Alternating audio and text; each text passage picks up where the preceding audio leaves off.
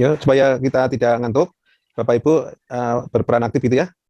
Nah, silakan Bapak Ibu. Artinya kalau saya ngomong semua kan nanti mungkin Bapak Ibu yang mendengarkan bisa ngantuk gitu ya. Ya, yuk monggo siapa? Atau Pak Yogi yang akan memoderatori pada teman-temannya gitu? Atau Pak Irfan dulu? Silakan Pak Irfan. Pak Irfan. Terima kasih Pak. Ini Ya. saya akan mengomentari tentang itu Hmm. Pak, Hmm. kompetensi guru yang dipahami. Ini maksudnya ketika kita mau praktek pembelajaran atau sebelum praktek pembelajaran itu Pak? Ini sebelumnya Pak. Oh, Ya, jadi kompetensi apa yang harus guru miliki gitu? ya kadang-kadang saya juga itu Pak, ketika mau menyampaikan, itu juga ragu-ragu itu Pak. Hmm. Mau menyampaikan pembelajaran, Hmm. apakah praktek dulu pada media komputer ketika Hmm. mau mengadakan itu Pak, teks prosedur. Apa kita teorinya dulu itu Pak? Gimana Ya, itu Pak? bukan itu maksudnya. Ini kompetensi guru apa yang harus dikuasai itu? Apa yang harus dimiliki oleh guru itu kompetensi apa saja ini? Konsepnya pengembangan diri guru itu. Oh, gitu ya Pak ya. Ya, bukan Banyak. nanti untuk praktek pembelajaran itu langkahnya bagaimana, bukan. Ini kan kalau di sini berdasarkan Undang-Undang Nomor 14 Tahun 2005 itu tentang guru dan dosen, itu ada kompetensi yang harus dimiliki oleh guru. Itu kan ada 4, yaitu Ya, kompetensi pedagogik, pedagogik kompetensi ya. kepribadian, kompetensi sosial, dan kompetensi profesional. Nah, keempat ini harus dikuasai oleh guru kan itu ya. Sebelum seorang guru itu berada di kelas gitu maksudnya. Jadi kompetensi pedagogik berkaitan dengan keilmuan pembelajaran kan ya. Gitu. Kompetensi kepribadian itu berkaitan dengan pribadi seorang gurunya bagaimana, kompetensi sosial itu berkaitan dengan sifat sosialnya, dan kompetensi profesional itu berkaitan dengan profesi yang harus dimiliki oleh seorang guru gitu. Ya, nah itu. Atau ada yang mau menjelaskan silakan. Satu-satu di antara gitu, silakan. Monggo. Pak Andreas mungkin? Pak, Yeah. kalau saya saat membaca ini Pak, jadi agak kesulitan untuk pedagogik ya, dan kaitannya dengan yang satu sosial. Karena kadang di dalam pikiran saya itu kadang bertolak belakang, maksudnya gimana? Kok contohnya di soal sebenarnya, jadi bagi saya kayaknya bisa, tetapi ternyata bukan itu jawabannya. Dari yang saya lihat di video pembelajaran ya Pak, video-video yang bahas-bahas kayak gitu, ini begini, tapi saya lebih tepat ini. Padahal mungkin kayaknya kalau di kenyataannya mungkin karena saya pakai fokus kenyataan gitu, yang terjadi kalau itu yang ini, jangan yang ini, tapi ya mungkin dari sistem kan memilihnya itu yang lebih tepat. Itu mungkin akhirnya takutnya saya terbawa itu, terbawa hanya ini gitu, tapi ternyata yang dibutuhkan jawabannya bukan itu. Itu mungkin antara tadi kita dan sosial karena itu ada beda antara kenyataan dengan teori. Gitu. Contohnya bagaimana Pak Andreas?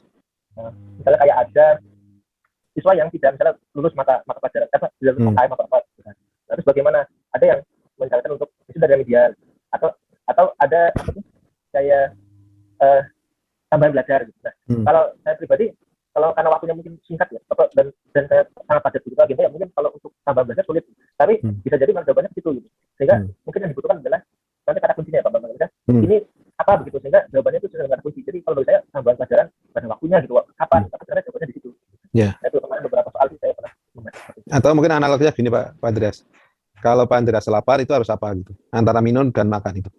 Oke. Ya toh? Makan. Ya, karena makan saja. Misalnya kalau nanti Pak Andreas itu orang Jawa, itu apakah makan nasi atau makan roti gitu? Nah, oh iya. Iya. Gitu. Nah itu mungkin ya. Artinya nanti menyikapi soal seperti itu gitu. Kira-kira pilihan jawabannya yang tepat yang mana gitu. Jadi kalau misalnya di situ Ani orang Jawa ya, maka Ani apa yang perlu dilakukan Ani gitu. Kira-kira kalau makan nasi, makan roti, atau makan sagu, atau makan bakso gitu. Nah itu, misalnya ada jawaban seperti itu. Gitu. Kan berarti karena di situ ada tulisan orang Jawa kan berarti makannya nasi kan itu. Nah itu Pak. Ya, mungkin. Gitu. Semuanya kayaknya benar ya Pak, tapi. Nah iya, kan semuanya benar kan itu. Tetapi karena ada konteks Jawa tadi, berarti kan jawabannya masih makan nasi kan itu sebagai kebiasaan. Tetapi kalau Anton orang Jawa, tapi berada di Eropa gitu. Nah ini Anton lapar, maka Anton akan mencari apa kan itu. Nah itu mesti tidak akan mencari nasi kan itu, karena di sana mungkin tidak banyak nasi. Tetapi mungkin Anton mencari roti, ya, nah gitu. Nah seperti itu barangkali. Itu kan semuanya jawaban benar gitu ya. Tetapi yang tepat sesuai dengan konteks itu apa gitu. Nah itu. Mungkin salah satu cara menyikapi soal nanti begitu Pak Andreas. Ya, siap, Pak. Ya, Alhamdulillah ini ya, jadi Ya. ya, Ya. silakan. Alhamdulillah. Paling kadang saya ketipu di situ ya. Ya. Karena kan jawaban itu satu di antara dari yang ada gitu. Apalagi kalau nanti soalnya akan berbeda lagi kalau misalnya soalnya begini. Anton orang Jawa lapar di malam hari gitu. Nah itu. Ini kira-kira akan makan nasi soto atau makan nasi udek gitu ya, atau makan nasi gudeg gitu, misalnya begitu. Nah ini kan tentu akan beda lagi kan gitu. Konteks ada situasi malam hari gitu. Nah itu. Oke. Ya gitu. Mungkin ada tanggapan lagi dari Bapak Ibu yang lain, silakan. Pak Irwan, ada tanggapan Pak Irwan? Belum ada, Pak. Yang lain monggo Bapak Ibu.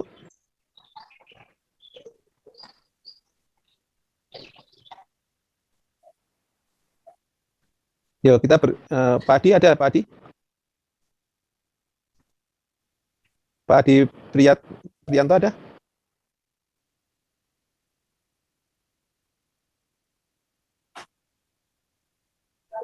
Sementara belum, Pak. Sementara. Ya. Kemudian Pak Andri, ada Pak Andri? Pak Andri Wahyudi? Belum ada? Pak. Ya. Nah ini Pak Andri nih, Pak Andri Wahyudi ini. Ya. Gimana, Pak? Oke, monggo Pak Andri mau berkomentar apa? Kalau dengan profesi guru ini, apa kompetensi guru? Untuk kompetensi guru, Pak. Ya, ada empat kompetensi itu. Ada kompetensi pedagogik, ada kompetensi kepribadian, kompetensi sosial dan profesional gitu. Ya. Itu untuk itu Pak, kompetensi kepribadian tuh, Pak. Iya, gimana? Nah, kalau menurut Pak Andri, seorang guru yang berpribadi, seorang guru yang bagaimana? Menurut saya seorang guru yang bisa menciptakan sebuah pembelajaran yang menyenangkan, Pak. Nah, itu nanti profesional. Profesional itu ya, Pak ya? Iya, kalau kepribadian pribadi gurunya itu yang bagaimana? Jadi harus memiliki sikap peduli, Pak. Ya. Sekarang itu ada istilah guru yang mempesona, Pak. Iya. Ya, guru yang mempesona itu ya guru yang bagaimana? Guru yang bisa bisa melihat situasi kapan kita bersikap seperti apa dan bagaimana itu, Pak. Iya, Pak. Nah, satu sisi Bapak Ibu ada juga ini apa? Guru itu harus tegas ya. Guru itu harus tegas, guru itu tegar gitu. Itu guru itu harus mempesona, semangat, tegas, tegar gitu. Nah ini gitu. Nah itu nanti berkaitan dengan kepribadian guru. Selain itu memang ada kalau tanggung jawab, kerja keras ini kan sudah biasa gitu ya. Seorang guru kan harus bertanggung jawab, bersungguh-sungguh gitu ya. Dan bekerja keras itu. Rajin, kemudian disiplin itu masuk nanti ke ranah kepribadian itu. Ya.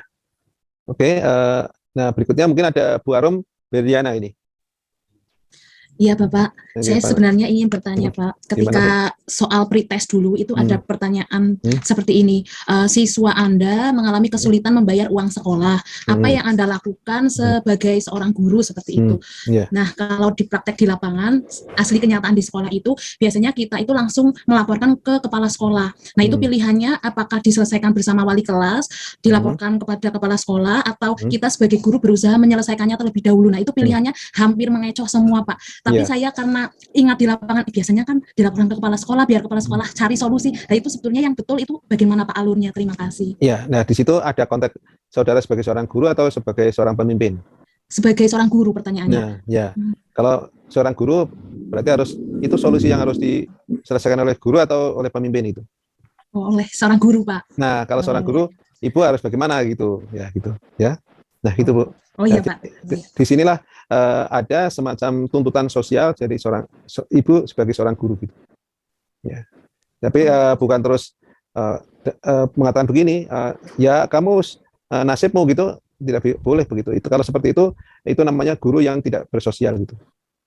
Tetapi misalnya guru akan mencarikan alternatif gitu ya.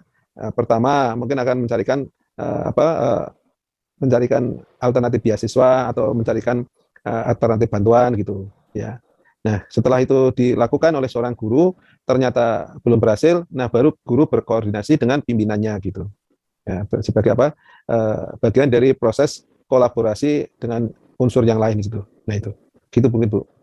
Nah sehingga nanti akan ada solusi yang disampaikan oleh pimpinan berkaitan dengan bagaimana mengatasi solusi secara bersama-sama gitu.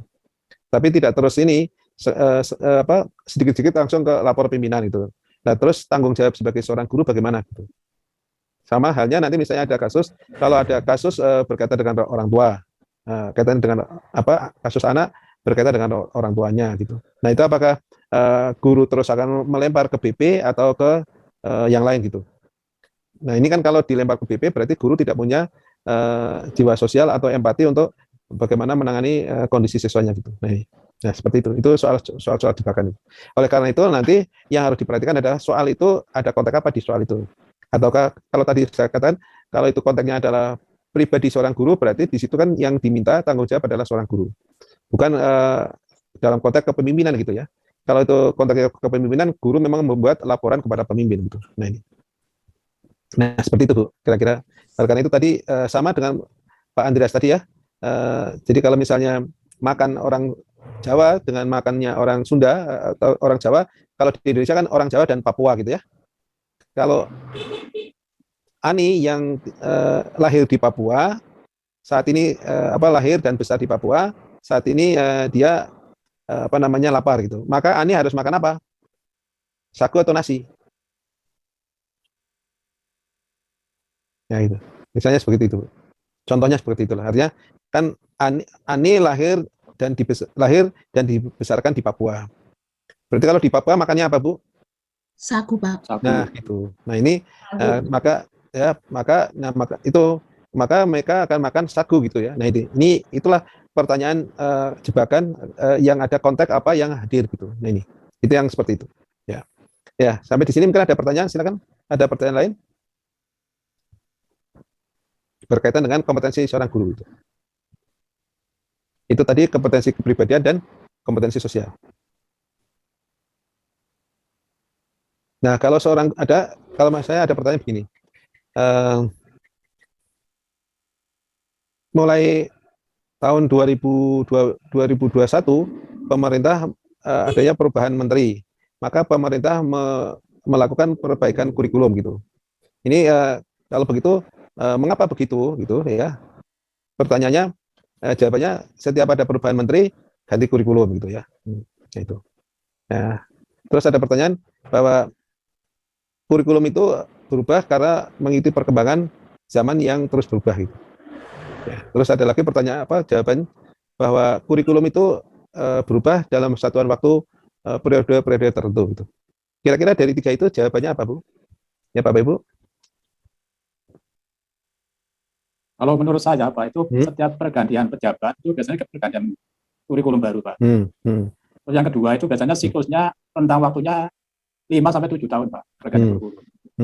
Yang saya amati itu pergantian kurikulum, begitu menterinya ganti, misalnya dari Pak Muhadjir ke Pak Nadiem, ke ganti kurikulum juga, ternyata kehendak pejabatnya itu, Pak. Terima kasih, Pak. Ya, nah kalau begitu, itu Pak Irwan dasarnya dari apa? Realitas kan itu ya? Iya, Pak. Bukan, bukan filosofi kurikulum.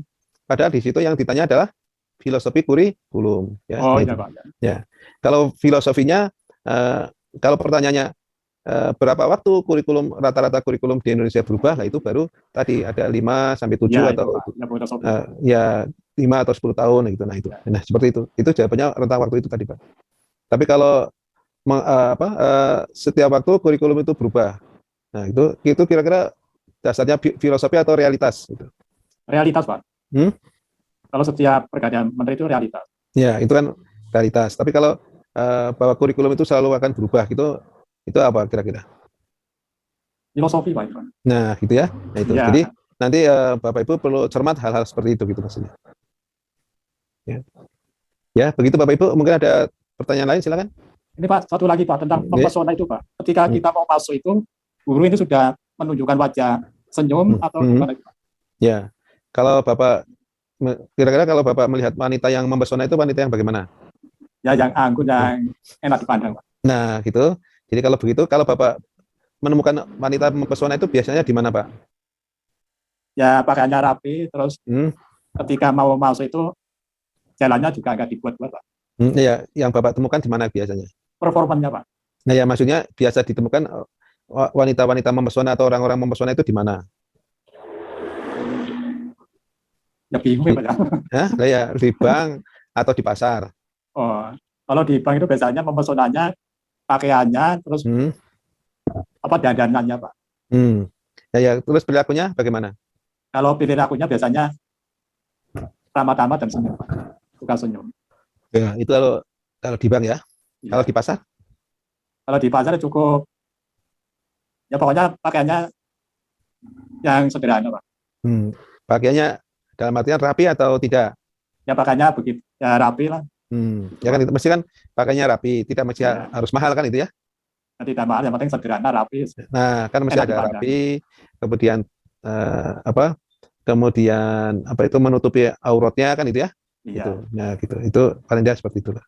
Nah, kemudian mereka tersenyum gitu, tidak seperti apa namanya penjaga keamanan kan itu ya? Nah, itu. Iya. Ya, gitu. Misalnya seperti itu. Nah, itu yang disebut dengan mempesona gitu. Nah, kalau sekarang guru yang mempesona bagaimana? Guru yang mempesona itu ketika mau masuk kelas biasanya menyapa dulu dan banyak senyum Pak. Nah, kan itu ya. Ceria, ria kan itu kan. Nah, gitu ya. Nah, membawa sikap senang kan itu ya. Nah. Jadi masalah yang ada di rumah itu tidak dibawa ke kelas gitu. Nah, itu. Ya, itu namanya guru paling tidak guru mempesona seperti itu. Kemudian tegas gitu ya. Tegar menghadapi siswa gitu. Nah, kurang lebihnya seperti itu kira-kira Bapak Ibu. Iya, Pak. Ya, sampai di sini mungkin ada pertanyaan lain, silakan. Mau izin bertanya Pak Bambang? Oke, monggo. Ini kaitan apa tadi namanya kompetensi yang dimiliki guru itu salah satunya ada profesional dan sosial Pak.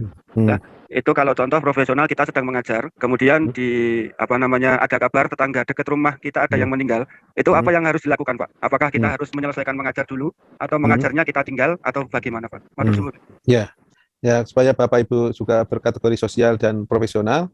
Nah, kalau misalnya tadi ada tetangganya meninggal itu, apakah meninggal itu langsung dikubur? Biasanya belum Pak. Nah, kalau begitu berarti Bapak Ibu di situ masih menghadapi tugas kan itu ya. Nah, kalau begitu yang harus diutamakan yang mana dulu? Yang mengajar terlebih dahulu Pak. Nah, gitu Pak. Itu yang namanya profesional.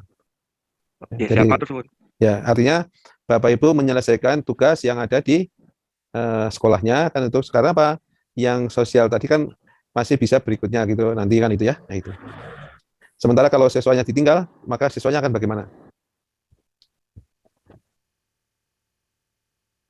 Kan waktu siswa hilang kan itu ya Pak, kalau ditinggal gitu. Iya Pak.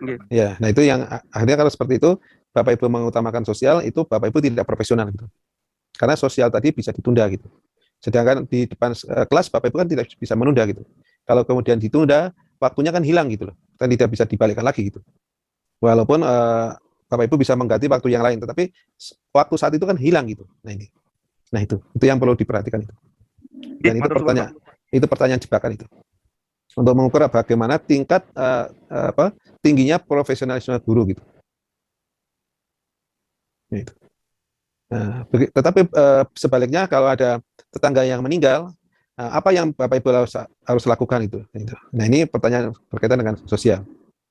Gitu. Kalau nanti sosialnya berkaitan dengan keagamaan, ya, jadi sosial spiritual gitu, itu misalnya ada yang meninggal, kemudian Bapak Ibu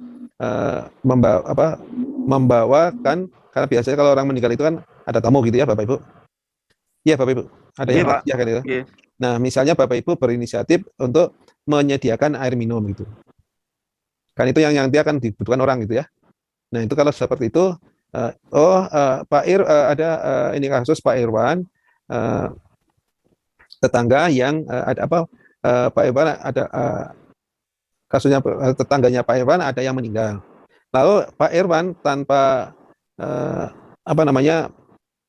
tanpa diminta spontanitas, ya. Pak Irwan itu membawakan air minum air minum kemasan ke yang punya yang punya hajat itu tadi gitu. Ya, nah itu seperti itu misalnya gitu. Nah kalau seperti itu ini kategorinya sosial atau profesional Pak? Sosial Pak. Nah itu ya, bukannya malah ini, tetapi akan sebaliknya kalau ada tetangganya yang meninggal, terus ini Pak Irwan itu malah menawarkan air minum di tokonya gitu. Nah, kalau seperti itu, ini nanti apa? Kepribadian, Bapak. Iya, kepribadian sosial, Pak. Bisa kepribadian, bisa sosial.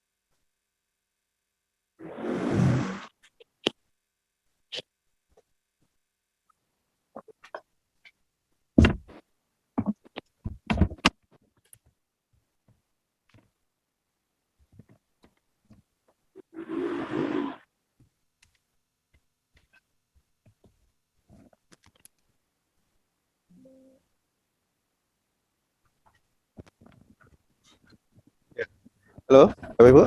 Iya, Pak. Kalau kasusnya seperti itu, bagaimana kira-kira Bapak Ibu? Itu dikatakan sosial atau asosial? Sosial, Pak. Hah? Sosial. Sosial? Ya, karena kita mementingkan orang lain dulu, sebelum mementingkan diri.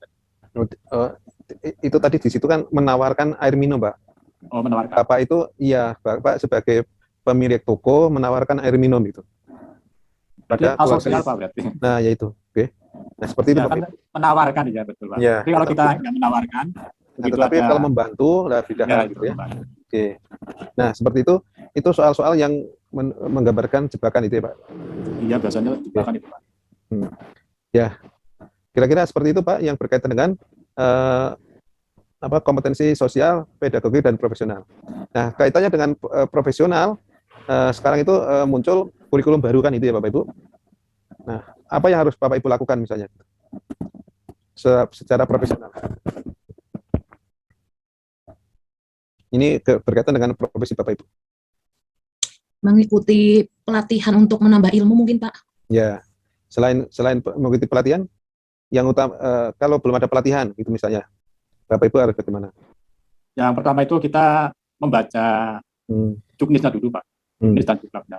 Setelah itu baca, kita baru menanya pada yang bersangkutan, Bapak Kepala Sekolah atau wakil kurikulumnya. Kalau seandainya wakil kurikulumnya belum menemukan, ya kita ke yang lebih atas lagi, Pak. Kalau belum ada itu, artinya di sekolah itu belum ada itu, gitu, belum ada dokumen-dokumennya itu. Apa yang harus Bapak Ibu lakukan? Mungkin mencari informasi atau literasi dari teman atau dari media sosial mungkin, Pak. Nah, gitu ya. Nah, ini yang harus, itu soal-soal jebakan ya, untuk mengukur tingkat profesionalisme Bapak Ibu. Jadi kalau misalnya seperti sekarang itu, kan ini sedang euforia kurikulum baru gitu ya. Nah, Bapak Ibu kan harus mengimplementasikan gitu kan. Nah, sekolah belum memberikan kesempatan untuk pelatihan itu. Maka yang harus dilakukan oleh Bapak Ibu adalah mencari informasi, kemudian mempelajarinya, dan setelah itu kemudian mencoba nanti menerapkan sambil meminta bimbingan kepada pakar kurikulum atau yang berkepentingan dengan hal itu kan itu ya. Atau misalnya Bapak Ibu mencari informasi ke MGMP dan sebagainya gitu. Nah, ini Bapak itu berkaitan dengan profesional Bapak. Nah, termasuk juga misalnya Bapak Ibu nanti harus menyiapkan perangkat-perangkat pembelajaran, RPP, kemudian menyiapkan media, kemudian menyiapkan materi gitu ya. Nah, itu berkaitan dengan profesional gitu ya. Termasuk juga berkaitan dengan menyesuaikan model-model pembelajaran terkini gitu. Sesuai dengan yang hadir sekarang gitu. Nah, itu. Misalnya seperti itu berkaitan dengan profesional. Ya. Mungkin ada lagi, silakan yang lain. Ya, silakan. Itu yang berkaitan dengan kompetensi kepribadian, kompetensi guru gitu ya. Nah, ini nanti akan ada pertanyaan-pertanyaan itu di bagian awal itu Bapak Ibu. Dan ini sering membuat guru terjebak gitu ya. Gitu. Mungkin silakan yang lain, monggo Bapak Ibu. Bu Ida mungkin ada, Bu Ida Ratnawati, monggo. Masih mencoba menyimak dulu Bapak. Yuk, ya yang lain silakan, monggo.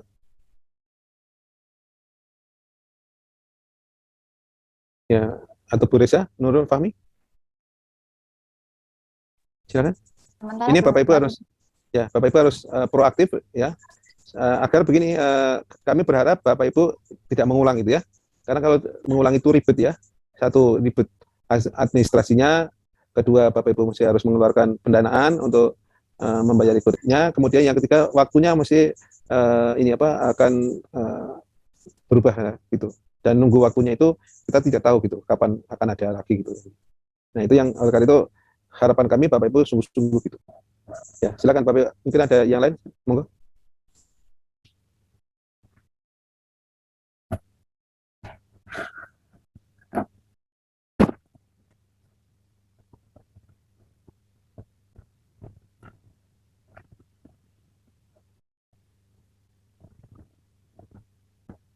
Ya, kalau tidak ada, mungkin materi kompetensi guru sudah cukup Bapak Ibu?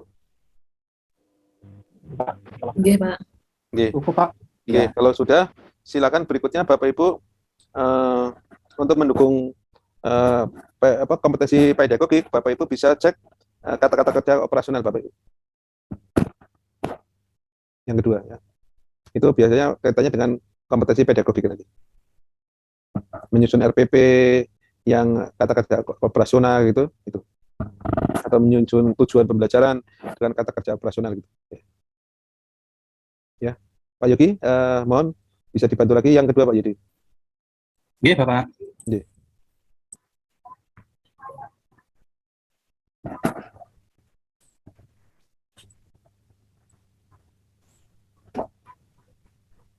Iya.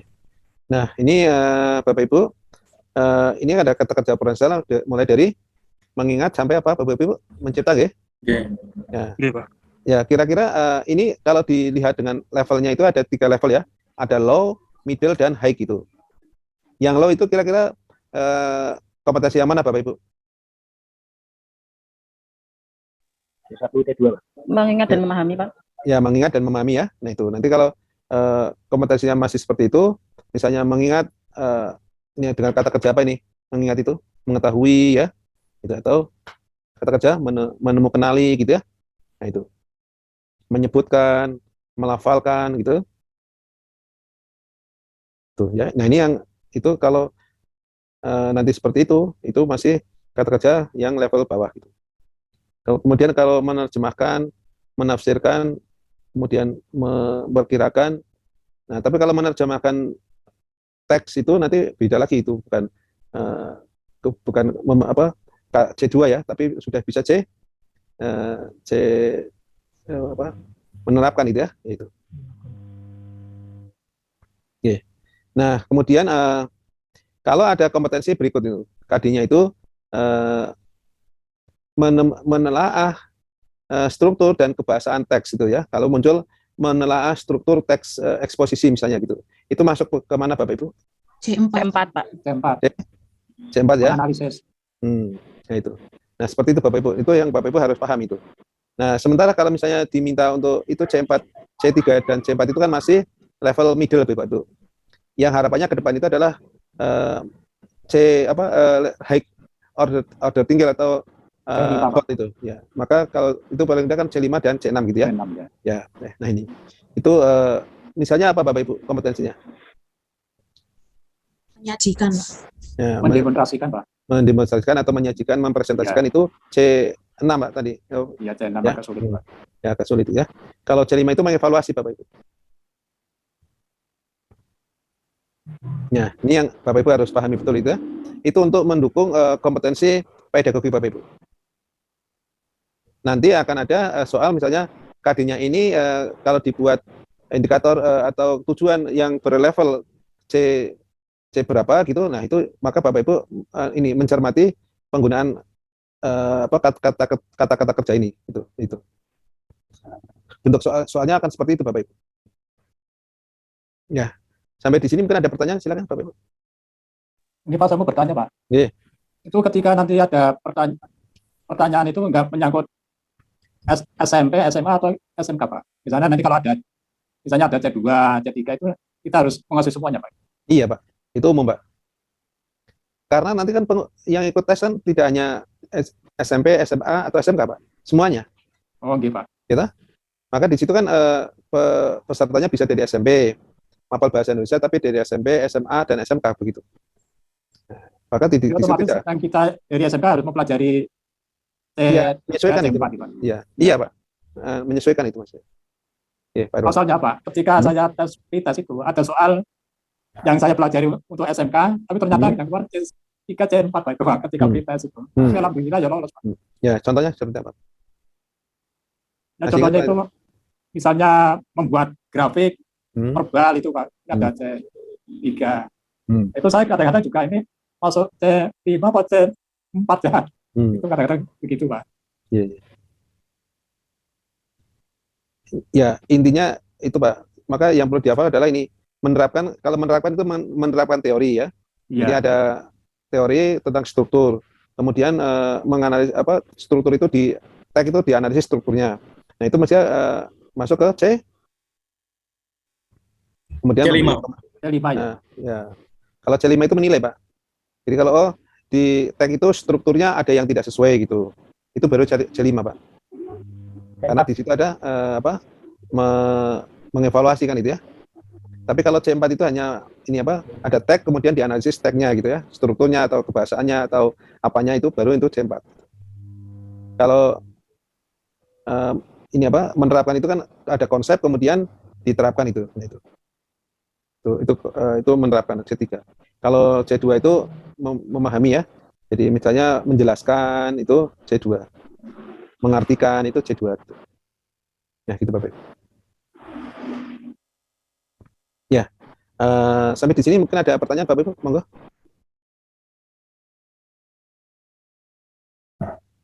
Yo, silakan.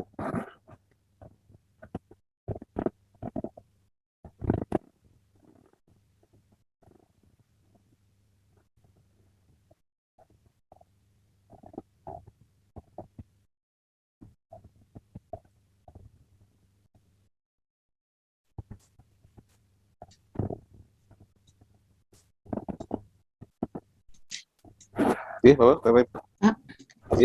Izin bertanya Pak, apa bedanya menyimpulkan yang di C2 dengan yang di C5 Pak? Kadang ada soal seperti itu suka terkecoh, ternyata kok C5 padahal sama-sama indikatornya itu menyimpulkan suatu teks seperti itu. Sebenarnya yang menjadi penentu itu C2 dan C5 itu bagaimana Pak? Yang bagian menyimpulkan KKU-nya. Terima kasih. Oh ya, ini ada. Kalau menyimpulkan pengertian itu C berapa Bu kira-kira? C2.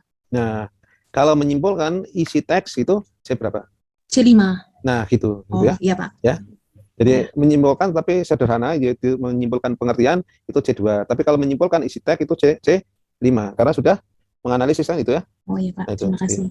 Oke, gitu Bu. Ya, ada lagi yang lain? Silakan.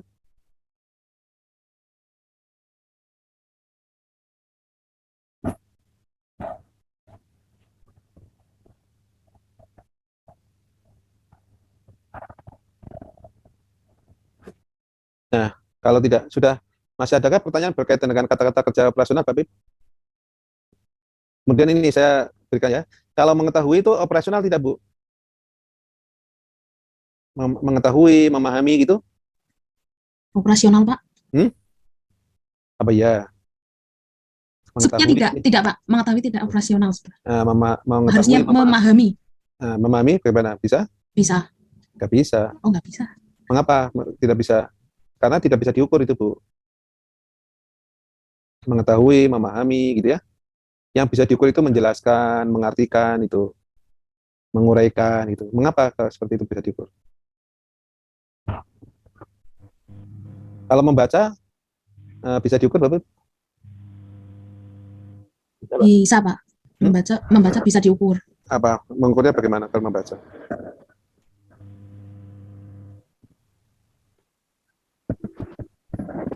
Ya, bagaimana mengukurnya? Maaf Pak, kalau untuk mengukur biasanya mengukur kecepatan membaca. Membaca. Mengukur kecepatan membaca beda tidak dengan membaca? Beda Pak. Nah, gitu Bu, ya. Itu Bapak Ibu. Nah, kalau mengukur kecepatan membaca, mengukur kecepatan gerak itu berbeda.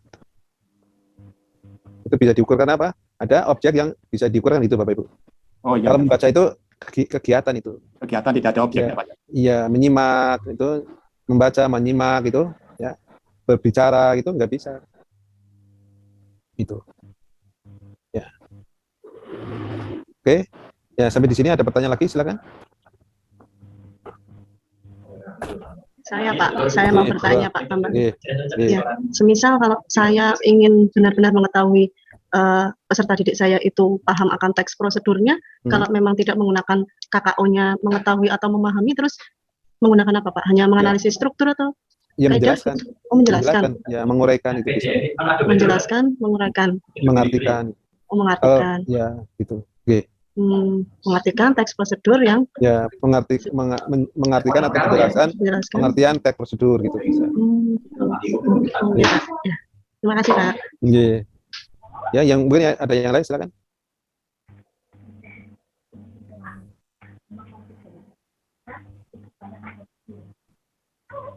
Ya, jadi Bapak Ibu berkaitan dengan kata kerja operasional itu begini Bapak Ibu. Kata kerja itu misalnya menjelaskan. Kan itu bisa diukur ya Bapak Ibu. Apa yang diukur apanya Bapak Ibu? Kalau menjelaskan itu apa? Ada apa? Struktur mungkin Pak atau kaidah. Bukan. Dengan kata dengan perkataan menjelaskan itu ada apa yang muncul? Pengertiannya. Ya bisa saja. Mungkin, ya akan ada penjelasan. Ya. Misalnya penjelasan secara lisan itu berarti ada suara yang muncul kan itu ya. Nah suara itu nanti yang diukur itu tadi. Apakah suaranya runtut, suaranya sesuai atau tidak gitulah itu. Itu yang maksudnya bisa diukur itu seperti itu, Bu. Ada tanda-tanda yang bisa dijadikan ukuran itu. Tetapi kalau membaca bisa diukur Bapak Ibu? Bisa tidak? Kalau masuknya membaca pemahaman itu bisa diukur tidak, Pak? Kalau membaca pemahaman mengukurnya dengan apa? Dengan menjawab pertanyaan, apakah siswa memahami? Ya. Nah, itu menjawab pertanyaan dengan benar kan itu kan? Ya. Itu nanti jawaban pertanyaan itulah yang nanti menjadi ukuran pemahaman terhadap bacaan kan itu. Nah itu Bu, itu yang harus diperhatikan seperti itu. Ya. Tapi kalau hanya membaca saja nggak bisa, karena orang membaca orang memegang buku apa bisa dikatakan membaca? Ya. Betul Pak. Belum, kemudian dia sedang merenung gitu kan, gitu. Atau mengelamun gitu kan, gitu ya toh. Sama dengan anak yang sedang memegang buku belum tentu mereka sedang belajar gitu. Nah ukurannya mereka belajar apa? Adanya perubahan dari yang semula tidak tahu menjadi tahu gitu. Tinggal yang mereka pelajari apa, misalnya mereka pelajari tentang teks deskripsi, begitu dia dikatakan telah belajar, begitu ditanya tentang teks deskripsi, mereka bisa menjelaskan itu. Nah, penjelasan itulah menjadi tanda kalau mereka telah belajar gitu. Nah ini, seperti itu maksudnya. Oke, itu ya Bapak Ibu, mungkin untuk kata kerja operasional cukup ya? Ya cukup Pak. Gitu ya, oke. Nah, Bapak Ibu, berikutnya ini kan menjelang sholat asar, ya. Nah, silakan Bapak Ibu saya beri waktu setengah jam untuk persiapan sholat. Kita nanti hadir lagi pukul 3.30 ya Bapak Ibu. Iya Pak, siap. Nah, setelah itu kita membahas tentang membaca kebahasaan dan kesastraan itu. Oke. Oke, gitu ya Bapak Ibu. Saya akan istirahat dulu sambil saya juga tak istirahat sebentar. Iya Pak, terima kasih. Ya, Pak. Zoom-nya nggak usah dimatikan Bu, nggak apa-apa nanti supaya tidak perlu harus membuka Zoom lagi ya. Oke, turun. Kita istirahat setengah 4 ya Bapak Ibu. Kita mulai lagi ya. Iya, siap Pak.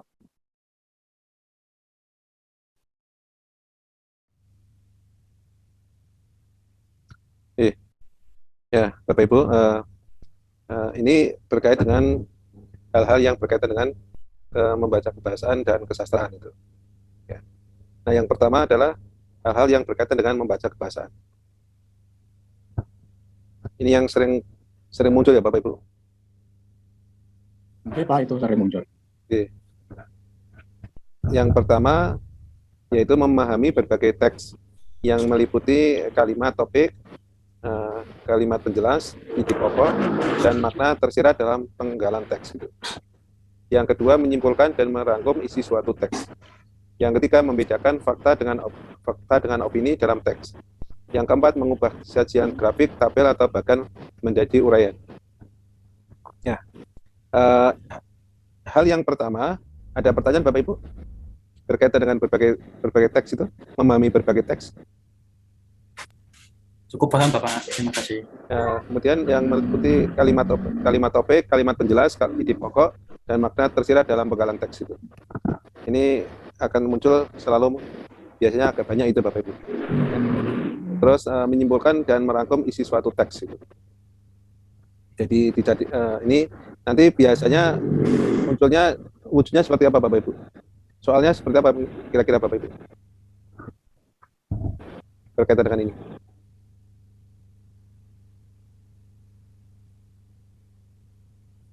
Soal cerita biasanya Bapak Niku.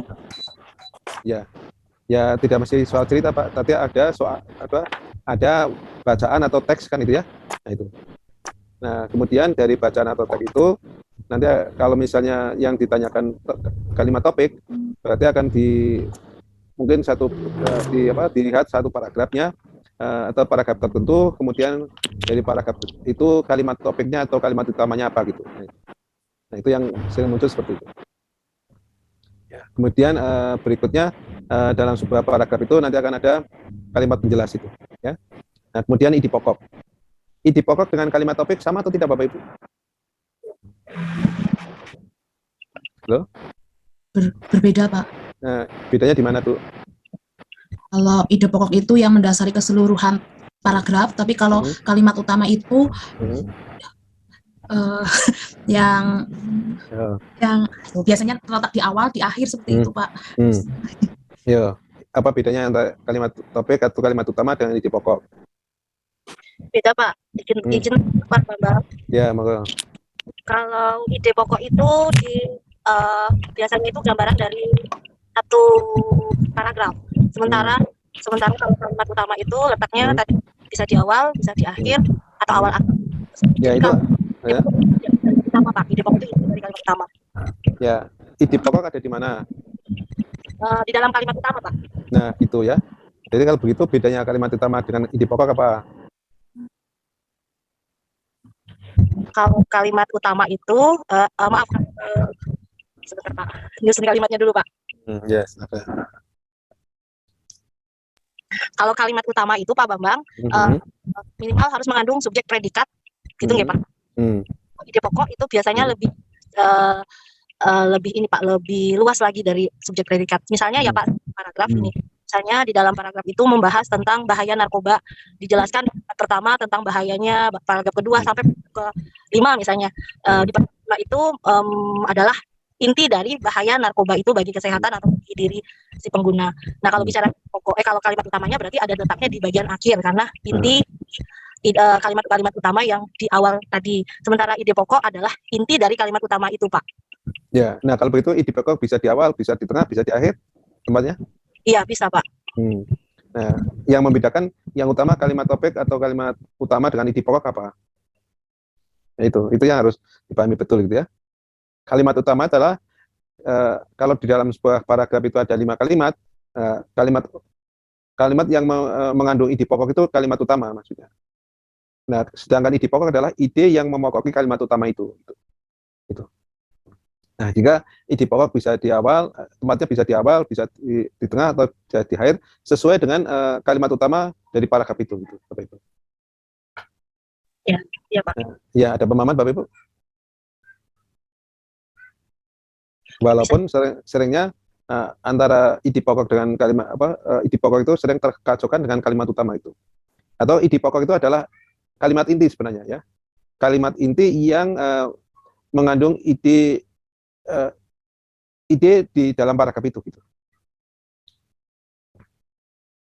Jadi misalnya kalau bicara tentang narkoba, misalnya yang pertama tentang pengertian narkoba, yang kedua misalnya jenis-jenis narkoba, yang ketiga misalnya berkaitan dengan bahaya narkoba, kemudian yang keempat itu misalnya cara menanggulangi narkoba. Nah itu kalau disusun menjadi tag kan berarti tag itu akan menjadi 4 kalimat, 4 paragraf.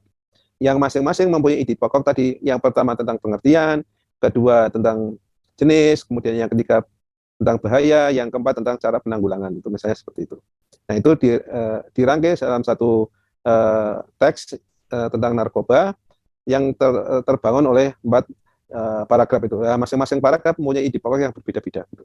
Nah, kemudian ide pokok itu dijelaskan dengan kalimat utama, misalnya pengertian narkoba adalah gitu, misalnya narkoba adalah zat yang membahayakan dalam kehidupan manusia gitu, misalnya seperti itu.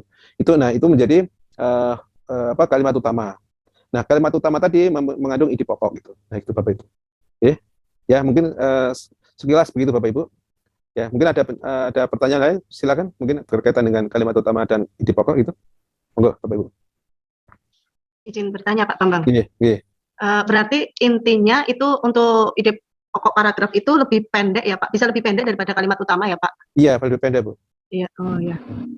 Tergantung nanti mau deduktif atau induktif gitu ya Pak ya, jenis paragrafnya. Iya, itu kan kalau induktif itu jenis paragraf ya, gitu ya. Tergantung. Tapi di dalam paragraf itu ada ide yang disajikan itu. Oke.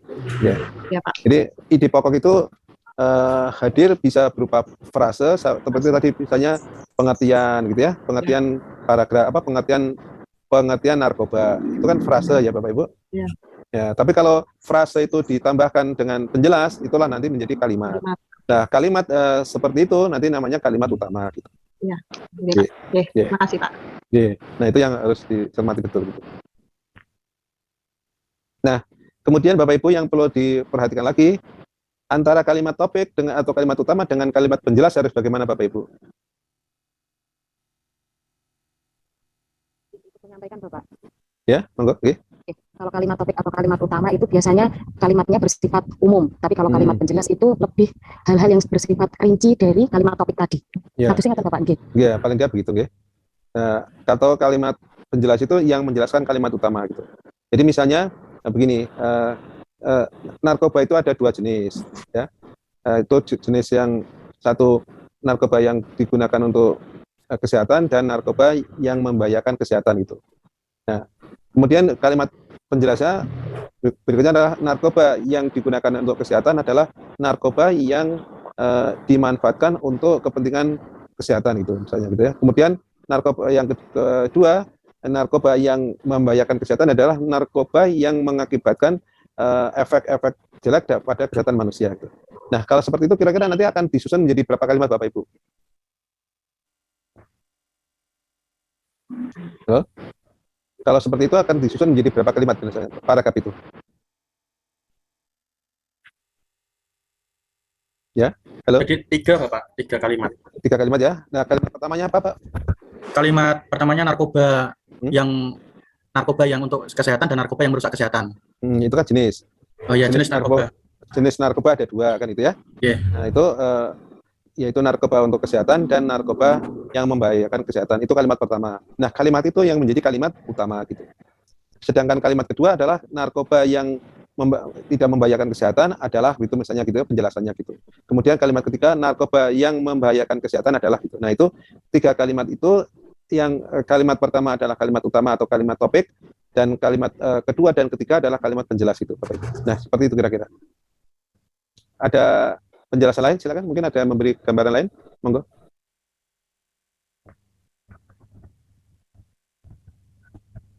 Kalau penjelasannya seperti itu, hubungan antara kalimat utama dengan kalimat penjelas bagaimana, Bapak Ibu? Saling berkaitan, Pak, mungkin. Ya, itu ya kalimat utama dan kalimat penjelas memang harus berkaitan, tapi kedua kalimat utama dan kalimat penjelas itu mempunyai hubungan yang bagaimana? Yang kohesif dan koheren, Bapak. Ya, itu koheren dan kohesif. Ya, artinya hubungannya tadi loh. Dari kalimat kalimat utama dengan kalimat penjelas hubungannya apa? Kalimat utama lebih bersifat umum, kemudian kalimat penjelasnya lebih bersifat khusus, Pak. Ya, nah kalau seperti kalimat utama dan kalimat penjelas seperti itu memiliki hubungan yang disebut hubungan yang bagaimana? Itu ada namanya itu. Yaitu kalimat penjelas sebagai uraian atau penjelasan dari kalimat utama. Ya. Apakah ada hubungan yang lain? Bisa saja kalimat utama itu nanti menentang kalimat penjelas gitu. Kalimat penjelas adalah menentang kalimat utama gitu. Atau hubungan pertentangan itu. Nah, itu yang harus diperhatikan juga itu Bapak Ibu. Ya. Oke. Nah, itu coba Pak Yuki diturunkan contoh soal Pak Yuki paling bawah. Di bawah itu. Terus lagi. Nah, ini Bapak Ibu coba diperhatikan Bapak Ibu. Perilaku sehat merupakan pilar yang paling utama. Hal ini karena komponen tersebut ternyata sangat berpengaruh pada kedua pilar lainnya. Seperti seseorang dengan perilaku sehat tentu akan menjaga lingkungannya tetap sehat juga. Selain itu, dengan perilaku sehat, seseorang akan memanfaatkan fasilitas pelayanan kesehatan yang ada untuk memelihara kesehatannya. Ya. Kalau perhatikan paragraf ini, ide pokoknya apa Bapak Ibu? Pak. Kalimat pertama, perilaku sehat merupakan pilar yang paling utama. Nah, itu kalimat utamanya, Pak. Ide pokoknya apa kira-kira? Yang Pak, perilaku sehat merupakan pilar utama. Gitu ya Bapak Ibu. Itu menjadi satu kalimat itu ya. Itu namanya ide pokok gitu. Nah, kalimat kedua itu disebut sebagai apa, Bu? Kalimat penjelas, Pak. Ya. Nah, kalimat penjelas itu hubungannya apa, Bu, dengan kalimat utama? Menjelaskan kalimat utama, Pak. Benar ya? Tetapi kalau coba Bapak Ibu perhatikan kalimat keberapa itu? Yang selain itu. Dan itu kalimat kedua, ketiga ya Pak Yuki? Keempat, Pak. Kalimat keempat itu hubungannya apa dengan kalimat utama?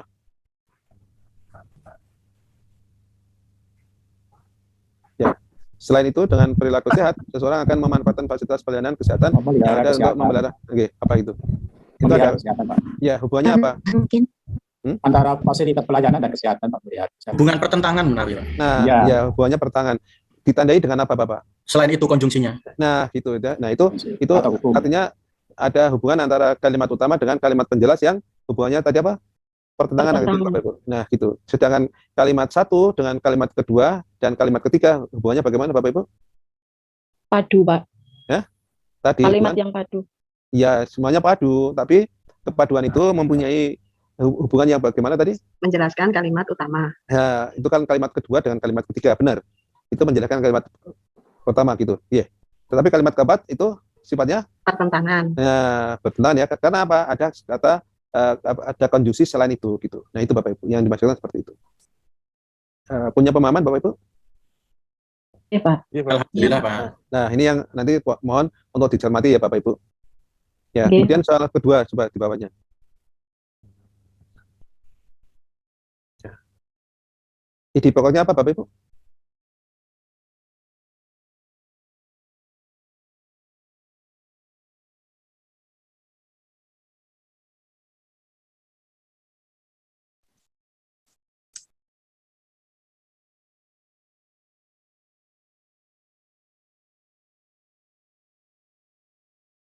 Ya, silakan apa Bapak Ibu?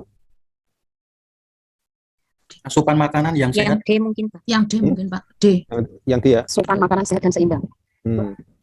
Yang D atau yang C?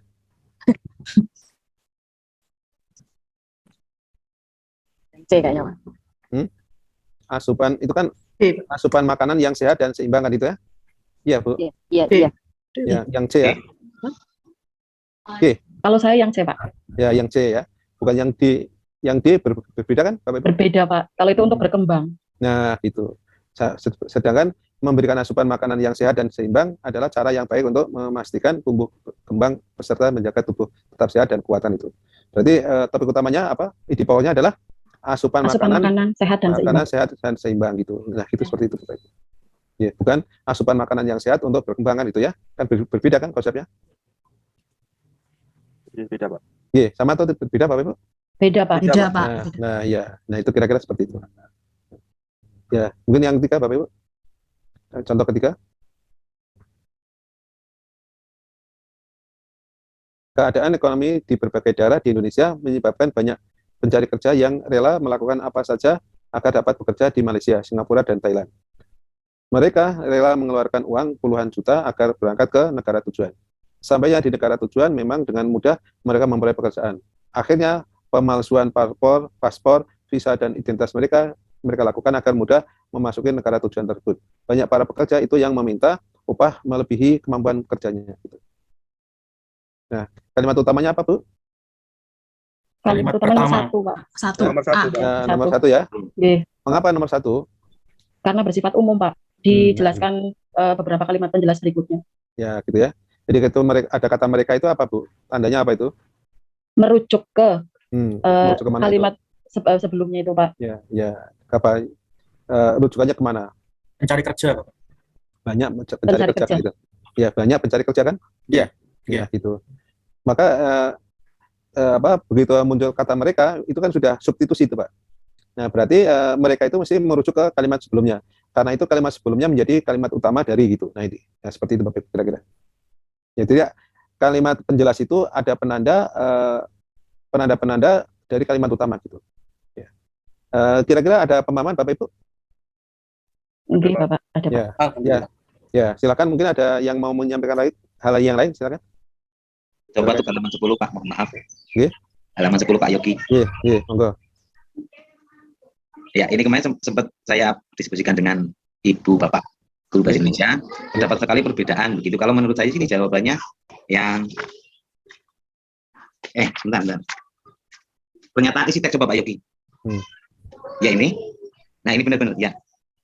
Yang plak gigi 10, Pak, yang poin 10. 10, Pak. Itu 9, Pak. 10. Ya ini. Ya kalau menurut saya ini, maaf, ini pandangan saya. Ini karena jawabannya terdapat plak gigi. Tapi kok kembali merujuk lagi kalau gangguan bakteri bengkak itu karena gangguan gusi. Lah gusi sementara bengkak itu karena bakteri, begitu, Pak. Mohon penjelasannya ini, Pak. Seperti halnya mata, mulut juga merupakan jendela bagi kesehatan tubuh kita secara keseluruhan. Keadaan gigi, lidah, dan bibir dapat menentukan bagaimana kita berbicara maupun makan sesuatu. Salah satu masalah yang sering terjadi di mulut adalah gangguan gusi. Gangguan gusi terjadi karena adanya infeksi pada jaringan pendukung gigi. Ketika plak gigi muncul, bakteri akan mengiritasi gusi dan menyebabkan gusi menjadi bengkak gitu.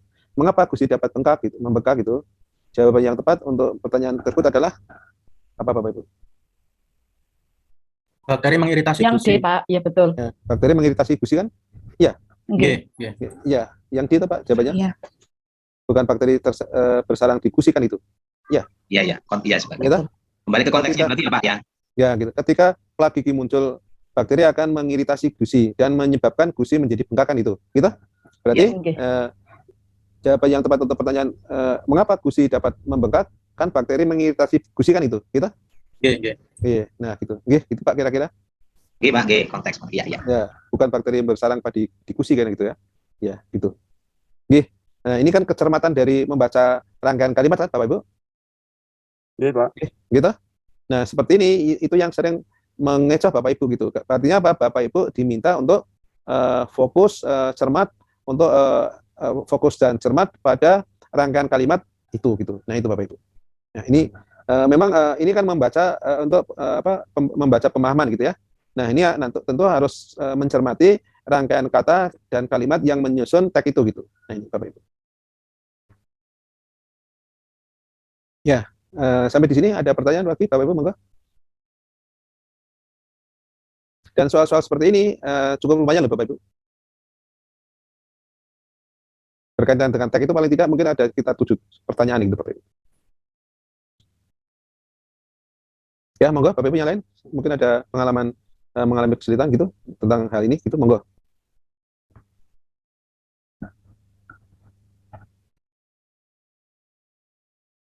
Masih ada permasalahan berkaitan dengan isi teks Bapak Ibu? Pak, saya mau bertanya Pak. Yes. Ya, mohon maaf. Saya pernah membaca seperti itu, ada namanya kalimat utama jenisnya ineratif.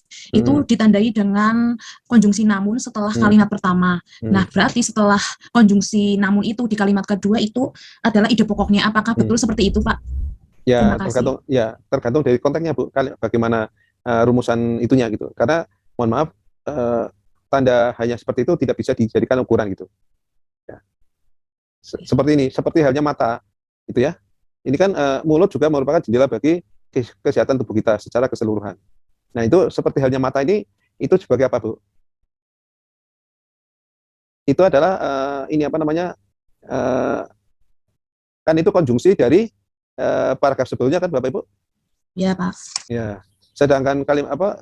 Mulut juga merupakan jendela bagi kesehatan tubuh kita secara keseluruhan, itu apa? Kan kalimat utamanya kan, Bapak Ibu? Iya, Pak. Oke. Ya. Nah, itu. Nah, seperti itu, Bu. Maka mulut juga merupakan jendela bagi kesehatan tubuh kita secara keseluruhan, itu ide pokoknya kan itu. Gitu. Pak. Terima kasih Pak. Nah itu yang artinya kalau sudah seperti itu kita tidak bisa, mohon maaf ya, menyebut kalau diawali dengan namun itu akan begini, itu tidak bisa Bu. Harus melihat dulu bagaimana rangkaian kalimat yang membentuk kesatuan gagasan di dalam paragraf itu gitu. Nah itulah yang namanya bahwa teks ini tidak bisa matematis seperti matematika gitu. Karena ada rangkaian kata dalam kalimat yang membentuk paragraf itu satu dengan yang lain juga nanti akan tergantung dari bagaimana konteks kata dalam kalimat itu dan kalimat itu dalam paragraf itu gitu. Nah itulah bahasa yang memiliki sistem dan struktur gitu. Nah itu. Gitu Bu. Mungkin ada pertanyaan lain, monggo. Silakan. Ya, kita sedang mencoba memberikan, ya ini kan berikhtiar ya Bapak Ibu, agar kalau nanti Bapak Ibu menghadapi pertanyaan-pertanyaan, Bapak Ibu bisa mengidentifikasi dan memberikan respon pilihan yang tepat itu. Nah, gitu. Atau pilihan yang paling tepat dari pilihan-pilihan yang ada di jawaban itu. Oke, monggo Bapak Ibu yang lain gitu. Ya, silakan.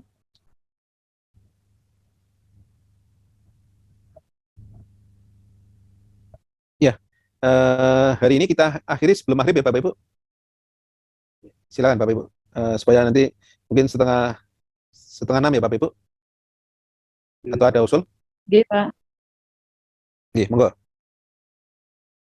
Silakan Bapak Ibu. Kita memanfaatkan kesempatan ini untuk Bapak Ibu siap-siap untuk ujian dan semoga berikutnya lancar gitu. Ya, silakan. Karena kemarin itu mohon maaf Bu, pada waktu setelah itu kita juga belum memiliki kepastian waktu kapan UP itu akan dilakukan gitu. Dan munculnya juga belakangan dan bersamaan dengan aktivitas yang lain sehingga kami mengalami kesulitan untuk menyiapkan waktunya gitu. Oke, monggo yang lain. Saya Pak Bambang. Monggo. Saya belum jelas tentang gagasan pokok sama pikiran pokok itu apa ada hubungannya Pak? Ya, gagasan pokok atau pikiran pokok itu sepadan Pak. Oh, sepadan. Iya, sama. Sepadan itu ya. Jadi masuk isi Pak ya? Gimana? Isi tadi ya? Ya, gagasan tadi di pokok, gagasan pokok, pikiran utama gitu, itu satu sepadan itu maksudnya. Istilah yang sepadan itu. Oh, yang sepadan Pak. Ya, atau istilah yang saling bersinonim gitu Pak. Oh, oke. Ya. Yang lain mungkin, monggo silakan.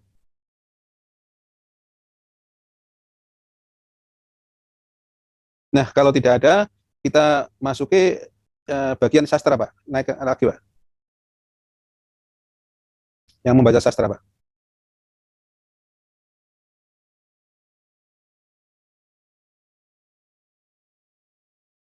Kalau fakta dan opini, Bapak Ibu paham ya?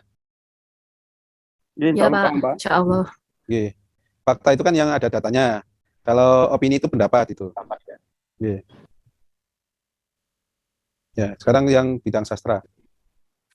Ya.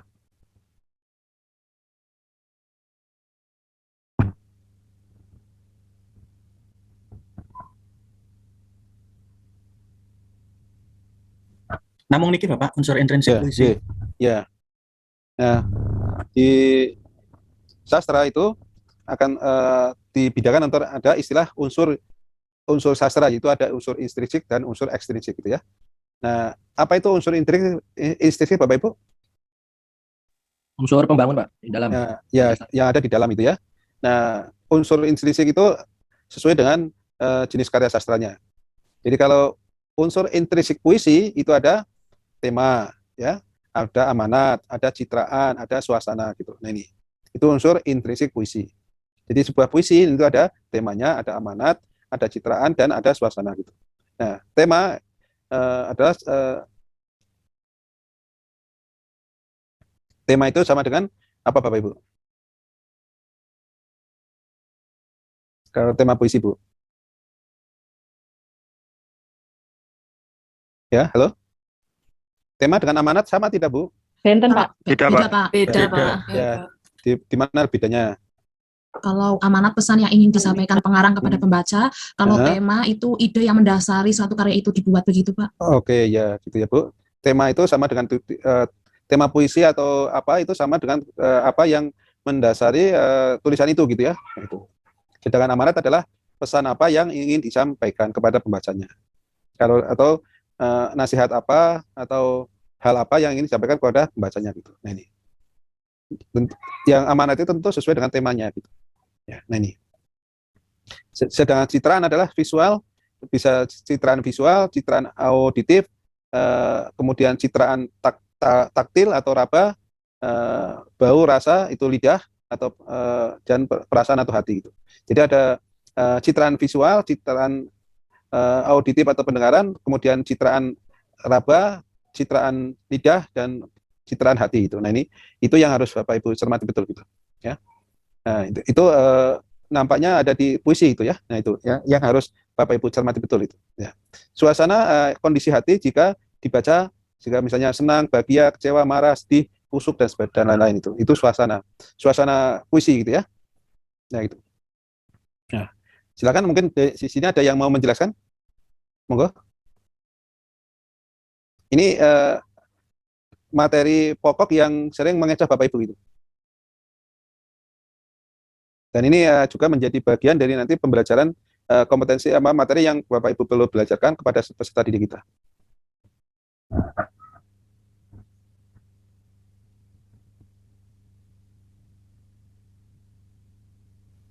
Mohon izin bertanya Bapak. Iya, monggo Bapak.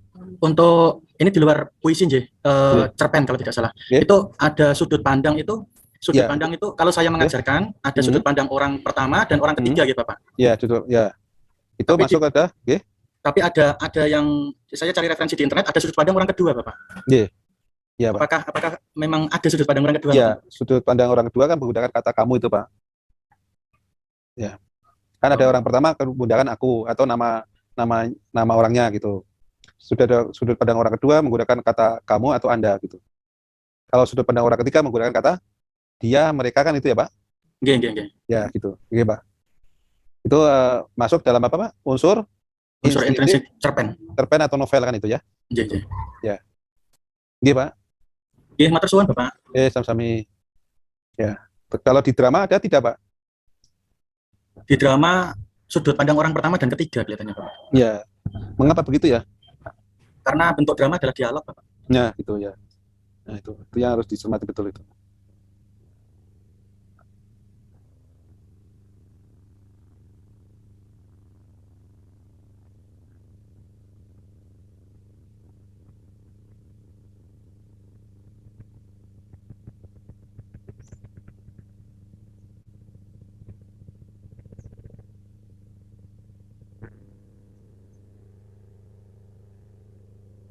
Nah, kalau majas itu termasuk apa, Pak, dalam puisi, Pak?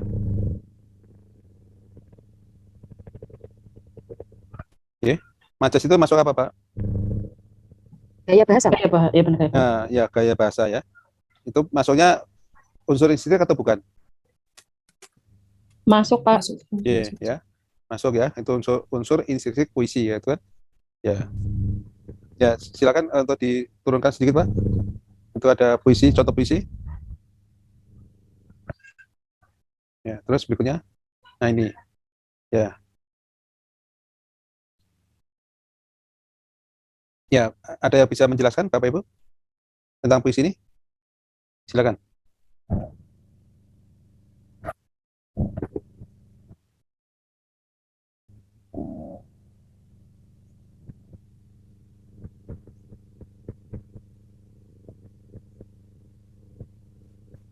Temanya tentang cinta tanah air, kita. Ya. Temanya apa, Pak? Cinta tanah air. Ya, ditandai dengan apa, Pak? Dalam kebun di tanah airku. Terus berseri di kebun Indonesia, biarkan sedikit menjaga taman, biarpun engkau tak terlihat. Kecintaannya terhadap tanah air, Pak, digambarkan melalui bunga, melalui keindahan-keindahan gitu. Kalau begitu, suasana puisi ini apa, Bapak Ibu? Suasananya senang karena cinta tanah air, cinta. Kemudian apa tadi? Citranya apa, Bapak Ibu? Penglihatan, Bapak. Penglihatan ya. Ditandai dengan apa, Bapak Ibu? Tersembunyi itu hanya bisa dilihat. Kemudian tumbuh sekuntum bunga teratai itu bunga bisa terlihat. Kemudian berseri di kebun itu juga tampak terlihat.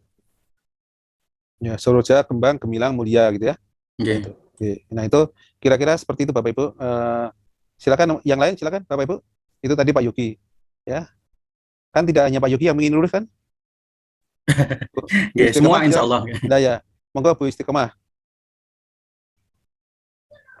Iya, kalau Pak Yogi tadi cinta tanah air, tapi kalau setelah saya baca itu seperti apa ya Pak? Orang yang berjasa, orang yang hampir bisa dikatakan seperti pahlawan, tapi dia tidak dimakamkan seperti layaknya seorang pahlawan yang dikenal, misalnya seperti itu. Dia ikut memberikan sumbangsihnya, tapi dia nggak dikenal. Jadi apa ya seperti ya, orang yang seperti kita Bu Isti punya itu punya jasa yang besar, tapi meskipun tidak dikenal, oh dia itu tidak apa-apa gitu loh. Aku guru Bu Isti. Berarti guru Bu Isti. Siapa lagi? Bukan guru. Sekarang nggak ada pahlawan tanpa tanda jasa ya Pak, nggak ada itu. Jadi itu kan ada apa ungkapan untuk meninabibukan kita kan itu Bapak Ibu, agar kita dihargai rendah itu nggak apa-apa gitu ya. Jadi bukan seperti enggak. Kemerdekaan itu kan tidak hanya diraih oleh mereka-mereka yang dimakamkan dengan tanda merah putih. Misalnya ada orang-orang yang tidak dikenal itu ikut memperjuangkan kemerdekaan. Nah, orang-orang seperti itu yang dianggap bunga teratai dalam puisi ini. Kelihatannya seperti itu Pak. Itu ya, menurut dalam kebun di tanah airku tumbuh sekutum bunga teratai, tersembunyi kembang indah permai, tiada terlihat orang yang lalu. Akarnya tumbuh di hati dunia, daun berseri, Laksmi mengarang. Biarpun dia diabaikan orang, Seroja, Kembang, Gemilang, Mulia. Teruslah teratai bahagia, berseri di kebun Indonesia. Biarkan sedikit menjaga taman, biarpun engkau tak terlihat, biarpun engkau tidak diminat, engkau turut menjaga zaman gitu. Menjaga zaman ya Bu. Ya, ini nampaknya berkaitan dengan orang yang berjasa tetapi tidak dikenal gitu ya. Gitu. Nggih, Bu. Bu Istiqomah itu maksudnya? Iya, menurut pemahaman saya seperti itu. Ki Hajar Dewantara terkenal karena pemikirannya tentang Tuturi Handayani dan dua yang lainnya itu. Tapi kan kita tidak tahu siapa di balik inspirasinya ketika mendapatkan ya mungkin dia mungkin itu menciptakan buat itu. Nah, seperti itu pokoknya orang yang tidak dikenal tapi berjasa gitu. Ya, gitu nggih. Dia pahlawan tapi ya kalau dicermati itu ya itu Bu. Ya, dalam kebun di tanah ini kan pertama dalam kebun di tanah airku gitu ya, tumbuh sekutum bunga teratai, tersembunyi kembang indah permai, tiada terlihat orang yang lalu, akarnya tumbuh di hati dunia, daun berseri Laksmi mengarang gitu ya, biarpun dia diabaikan orang, Seroja, Kembang, Gemilang, Mulia, teruslah teratai bahagia, berseri di kebun Indonesia, biarkan sedikit penjaga taman, biarpun engkau tak terlihat, biarpun engkau tidak diminat, engkau turut menjaga zaman gitu. Nah ya, nampaknya begitu Bu. Itu ya Pak Yogi. Halo. Oke Bapak. Oke. Artinya ini menggambarkan seseorang yang tidak punya jasa tetapi tidak diketahui gitu.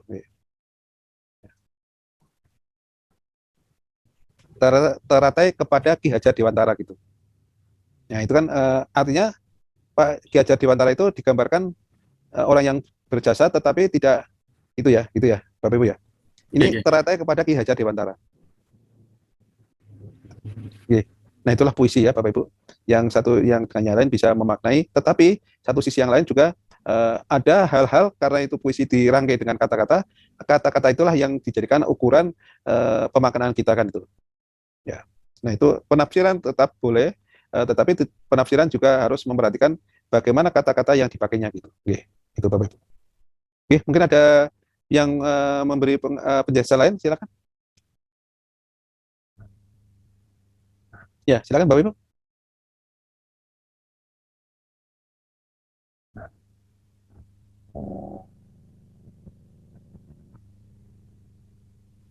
Untuk kalimat akarnya tumbuh di hati dunia itu majasnya hiperbola atau personifikasi sih Pak? Kira-kira akarnya tumbuh di hati dunia ya? Dunia, ya, itu apa? Karena personifikasi kan menggambarkan apa Pak? Menggambarkan benda yang seperti orang atau seperti person. Ya. Tapi kalau ini kan akarnya tumbuh di hati dunia gitu. Hiperbola Pak. Hiperbola. Nah, itu kan perumpamaan yang melebihkan itu ya. Akarnya tumbuh di hati dunia. Ya. Ya, itu Bapak Ibu. Bukan ya Pak, apa tadi Pak? Personifikasi. Ya, bukan. Nah, personifikasi itu biasanya menggunakan kata bagaikan atau seperti kan itu ya. Ya itu. Seperti apa gitu kan, bagaikan apa gitu. Itu personifikasi. Karena personifikasi itu kan perumpamaan seseorang dengan benda kan itu. Ya, Bapak Ibu, silakan mungkin ada yang lain lagi. Yang paling susah kan puisi ini ya. Saya Pak Bambang. Itu menyambung pertanyaan Pak Yogi, akarnya tumbuh di hati tidak. Itu masuk unsur fisik atau unsur batin ya Pak? Kalau unsur fisiknya majasnya Pak? Iya, kalau unsur fisiknya kan majas ya. Ya. Tapi kalau unsur batin kan nanti berkaitan dengan isinya gitu Pak. Ya. Gitu Pak. Pertanyaan lagi Pak. Itu ketika pada waktu pretest, ini sering muncul Pak, unsur fisik dan unsur batin itu Pak. Kita kadang-kadang juga bingung mana unsur fisiknya, mana unsur batinnya. Kalau unsur fisik, kalau unsur fisik kan biasanya majas, terus apa tema, mana. Kalau yang fisiknya seperti rima itu Pak ya? Rima. Ya, fisik itu rima gitu, Pak. Ya, suasana juga Pak. Ya, kalau suasana bisa, unsur suasana apa? Unsur batin ya? Batin ya. Tipografi itu yang tipografi Pak. Tipografi masuk fisik. Fisik ya. Iya Pak. Jadi fisik itu yang nampak Pak. Ya nampak Pak ya. Kalau yang fisik, yang batin, yang nggak nampak. Yang tidak nampak ya. Jadi seperti isi gitu ya, suasana gitu. Ya Pak, terima kasih Pak. Sami-sami Pak Irwan. Ya, monggo yang lain Bapak Ibu. Diturunkan Pak Yuki.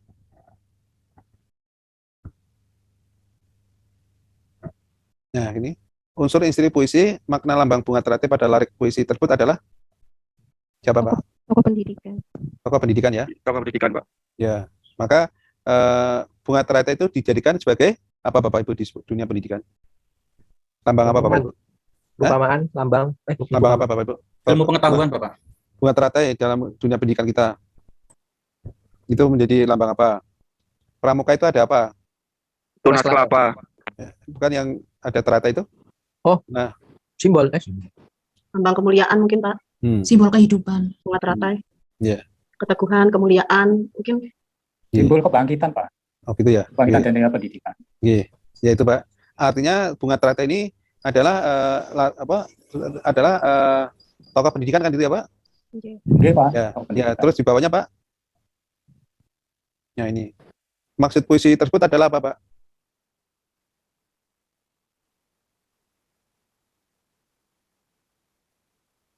Seorang pahlawan yang tidak banyak dikenal oleh bangsanya sendiri Pak. Gitu ya. Seorang pahlawan yang tidak banyak dikenal oleh bangsanya sendiri. Bangsanya sendiri ya. Ya. Bukan tokoh pendidikan Indonesia yang besar-besarnya dan bersinar sepanjang masa.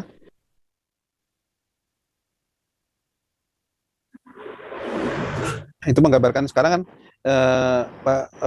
tokoh yang beberapa waktu kan sempat terlena kan itu Bapak Ibu?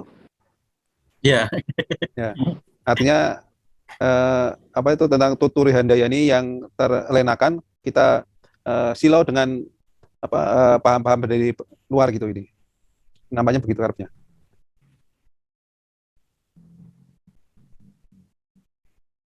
Itu. Oke, itu maksud puisi gitu ya. Nah, itu. Kemudian bawahnya Pak. Nah, ini unsur intrinsik prosa. Ini ada tokoh, ada tema, ada amanat, nilai, tokoh, perwatakan itu ya. Itu di prosa, cerpen dan novel. Ya. Tema tadi hampir sama ya Pak, Bapak Ibu. Amanat juga hampir sama ya Bapak Ibu. Iya, Pak. Tapi kalau nilai berbeda ya Pak. Nilai masuk unsur ekstrinsiknya Pak. Bukan, ini tetap unsur intrinsik Pak. Oh, intrinsik ya Pak. Iya, ekstrinsik itu saya kira itu cerita rakyat Pak. Bukan. Kalau ekstrinsik itu di luar teks Pak. Di luar ya. Jadi misalnya latar belakang pengarang, pendidikan pengarang, lingkungan gitu ya, gitu. Kalau ini unsur yang ada di dalam cerpen atau novel itu. Tokoh utama, ada tokoh lagi sampingan, terus tokoh protagonis, tokoh antagonis gitu ya. Tokoh tritagonis itu. Tokoh penengah. Nah, itu. Perwatakan ada sikap, pikiran, ucapan, reaksi tokoh lain, lingkungan gitu ya. Perwatakannya bisa baik, buruk, atau mengayomi dan sebagainya gitu ya. Itu. Nah. Monggo, ada yang mau menjelaskan supaya kita tidak ngantuk gitu? Monggo, Bapak Ibu. Bu Bu Devi Artati. Monggo Bu Devi. Bu Devi.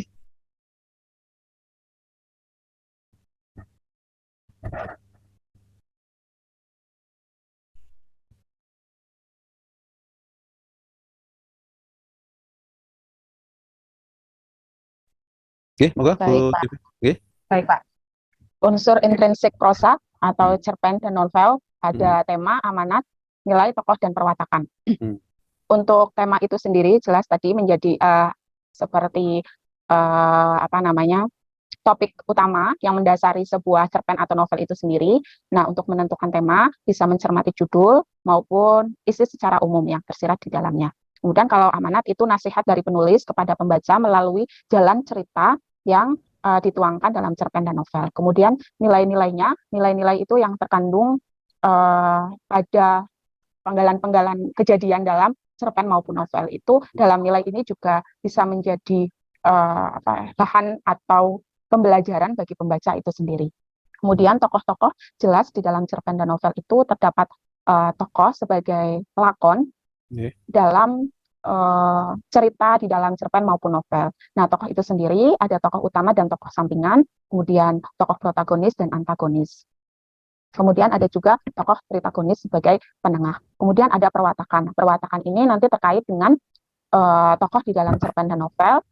Ketika ada tokoh, pasti akan terlihat baik secara langsung maupun tidak langsung perwatakan dari tokoh itu sendiri.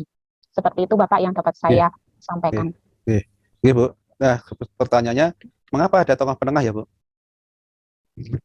Mengapa ada tokoh penengah? Menurut saya, tokoh penengah ini di antara protagonis dan antagonis menjadi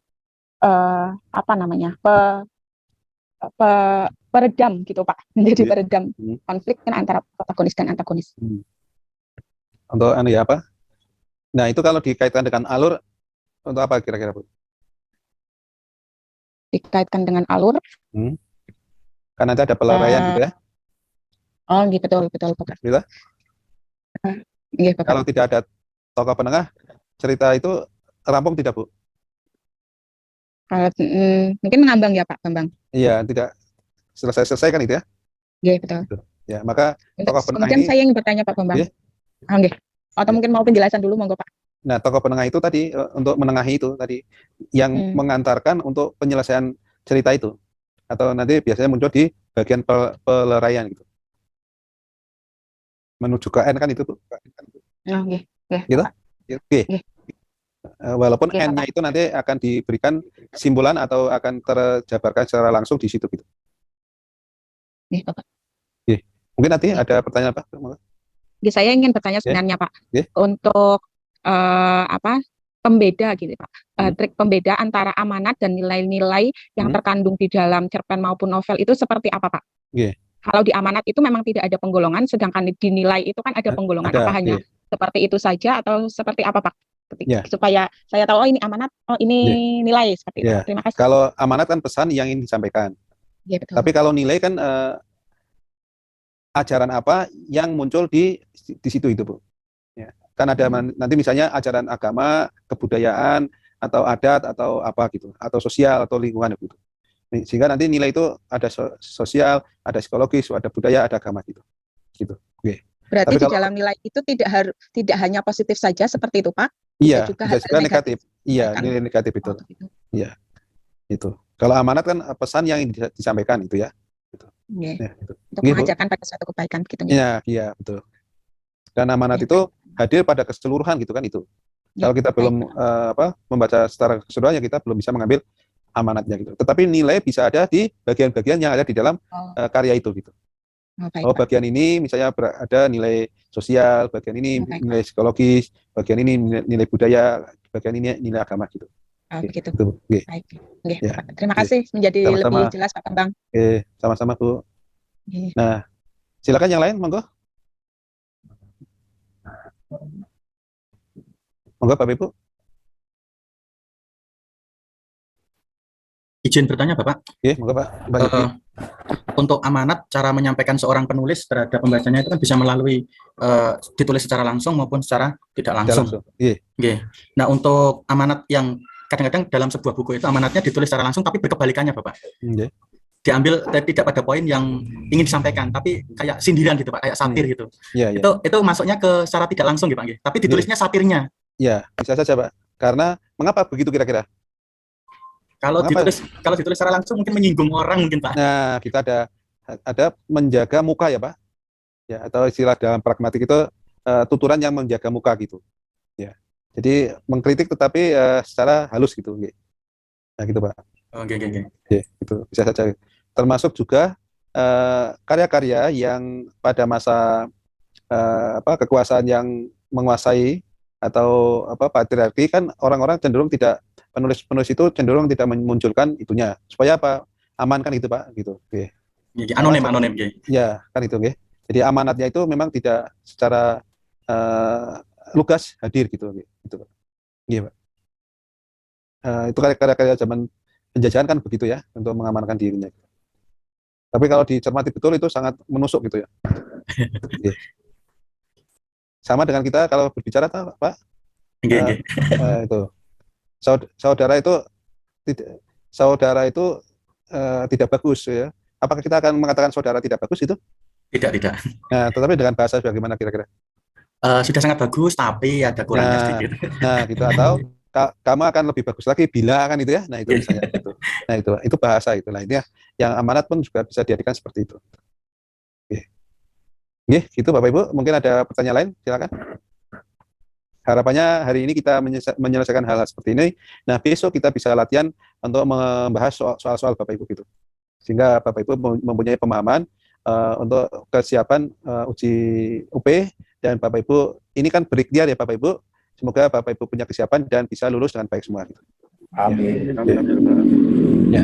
Jadi sekali lagi yang kita lakukan ini adalah upaya, bukan memberi kepastian, tetapi ini ikhtiar untuk Bapak Ibu menghadapi situasi yang kita belum tahu situasinya bagaimana. Tetapi paling tidak dari kondisi yang kita lakukan ini, nanti Bapak Ibu mempunyai semacam analogi dalam mengerjakan soal-soal UP nanti gitu. Dan berikutnya intinya Bapak Ibu bisa lulus gitu ya. Itu kalau sudah lulus kan kami juga senang gitu.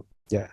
Jadi kami sangat kami ya Bapak Ibu dosen dan teman-teman yang berkarya bersama ini akan semakin senang kalau Bapak Ibu bisa menyelesaikan aktivitas PPG ini dengan baik gitu. Dan berikutnya Bapak Ibu bisa memperoleh tambahan kesejahteraan yang semoga menjadi tambahan kesejahteraan dan kebarokahan dalam hidup Bapak Ibu gitu ya. Dan hidup menjadi lebih nyaman, semakin teringat pada penciptanya gitu ya, dan bisa beribadah lebih khusyuk gitu.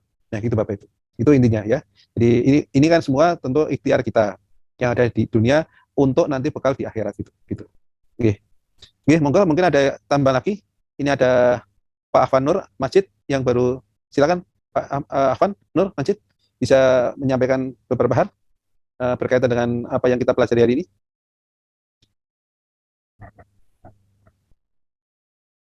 Iya Pak. Oke, monggo. Ya tadi saya baru saja berbincang dengan teman satu PPG, kebetulan dia juga bahasa Indonesia. Itu terlepas dari materi yang ada itu, teman saya itu masih bingung tentang kalimat majemuk. Jadi mungkin kebetulan beliau juga ada di sini, barangkali dari Pak Bambang atau dari teman-teman bisa memberikan pencerahan, Pak. Itu saja yang dari saya. Ya, mungkin ada yang silakan dulu sebelum saya menyampaikan, ada yang mau berpendapat tentang kalimat majemuk atau kata majemuk, Pak? Kalimat majemuk, Pak. Oke, monggo Bapak Ibu. Siapa yang mau berpendapat? Silakan. Boleh.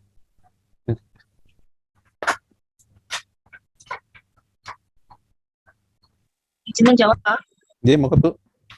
Kalau kalimat majemuk sepemahaman saya ada gabungan dari dua kalimat tunggal, Pak. Nah, bicara ciri-cirinya, karakteristiknya memiliki konjungsi, Bapak. Kalau tersebut memiliki konjungsi, itu menandakan bahwa sudah ada gabungan dua kalimat tunggal atau disebut dengan majemuk. Itu sepemahaman saya, Pak. Begitu. Ya. Bu siapa ini? Ibu Ari, Pak. Bu Ari, kok nggak muncul mana ini? Saya lagi dalam perjalanan, Pak. Oh, gitu. Oke. Nah, Bu Ari, itu konsep lama, Bu. Tentang kalimat majemuk itu gabungan dari dua kalimat itu. Apakah di situ muncul dua kalimat, Ibu? Halo, Bapak Ibu, dalam kalimat majemuk itu muncul dua kalimat? Tidak, Pak. Tidak. Lebih, Bapak. Gimana? Itu satu kalimat atau dua kalimat? Satu kalimat. Nah, yang dikatakan, ya, mengapa dikatakan majmu, Bapak Ibu? Yang majmu itu karena apanya? Karena konjungsi, Pak. Ya? Klausanya, Pak. Karena klausanya, ya. Jadi bukan kalimatnya gitu, itu satu kalimat. Karena itu apa? Klausa penyusun kalimat itu, gitu ya. Ya, jadi contoh bagaimana, Pak? Anak itu makan nasi, ya. Itu berapa klausa, Bapak Ibu? Satu, Pak. Ya, anak itu makan nasi di warung kopi gitu. Itu satu klausa atau klausa atau dua klausa? Satu, Pak. Anak itu makan nasi di warung kopi. Satu, Pak. Satu klausa, Bapak. Satu klausa ya? Iya. Ya. Dengan itu anak itu kan subjek. Iya. Makan predikat, nasi objek, di warung kopi keterangan tempat itu ya. Nah, kalau anak itu makan nasi di warung kopi saat hujan turun deras gitu. Itu satu klausa atau dua klausa? Dua klausa, Bapak. Ya, karena ada konjungsi saat. Nah, saat, dan ada klausa lain yaitu saat hujan turun kan subjek ya. Hujan kan subjek, turun predikat, deras keterangan, kan itu ya? Ya, berarti kalimat itu terdiri atas dua konstruksi klausa, yaitu satu adalah klausa subjek predikat objek keterangan, yang kedua subjek predikat keterangan, dan ada konjungsi saat kan itu, atau ketika kan itu ya. Ya, konjungsi ketika itu menggambarkan apa, Bapak Ibu? Kalimat majmuk bertingkat. Nah, gitu ya. Atau seperti ini, setelah hujan setelah hujan reda, anak itu makan nasi di warung kopi itu. Beda lagi, Bapak Ibu? Setelah hujan reda, anak itu makan nasi di warung kopi gitu.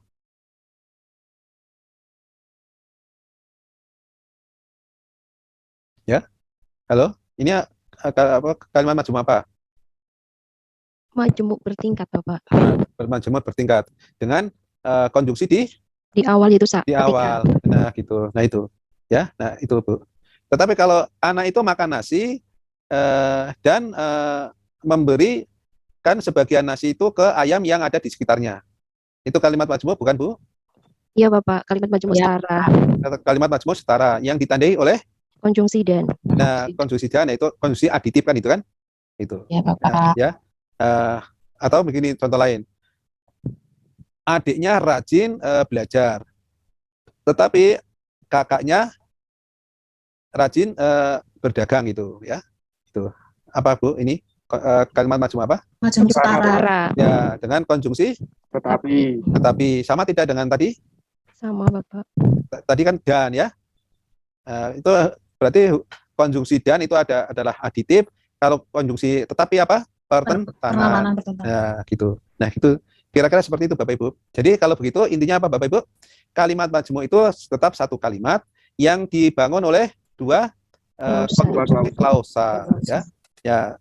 Nah, nanti apakah itu tadi kalimat majmuk setara atau kalimat majmuk koordinatif atau kalimat majmuk bertingkat atau kalimat majmuk subordinatif, itu tergantung dari bagaimana konstruksi kalimat itu yang tergambar dari konjungsi yang digunakannya gitu. Nah, ini, Pak. Ya, itu.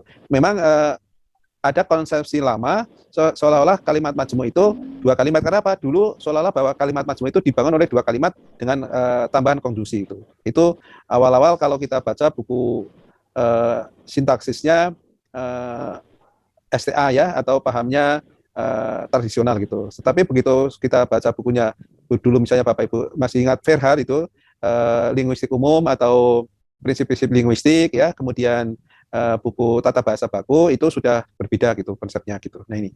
Nah, buku-buku itu menjadi babon Bapak Ibu bagi kita yang sekarang itu, mohon maaf, kita termasuk saya sekarang itu mengajar sekarang itu, kalau kepada mahasiswa dikenalkan buku itu rasanya sekarang itu seperti hal yang asing gitu ya. Gitu. Karena apa? Anak-anak sekarang lebih dekat dengan HP atau gadgetnya gitu, sehingga lebih dekat dengan Google gitu atau Mbak Google gitu ya. Tetapi kalau ditanya buku itu mereka bingung gitu. Termasuk mungkin anak saudara Bapak Ibu yang kalau ditanya koran itu mungkin bingung gitu ya, karena jarang melihat koran kan itu ya.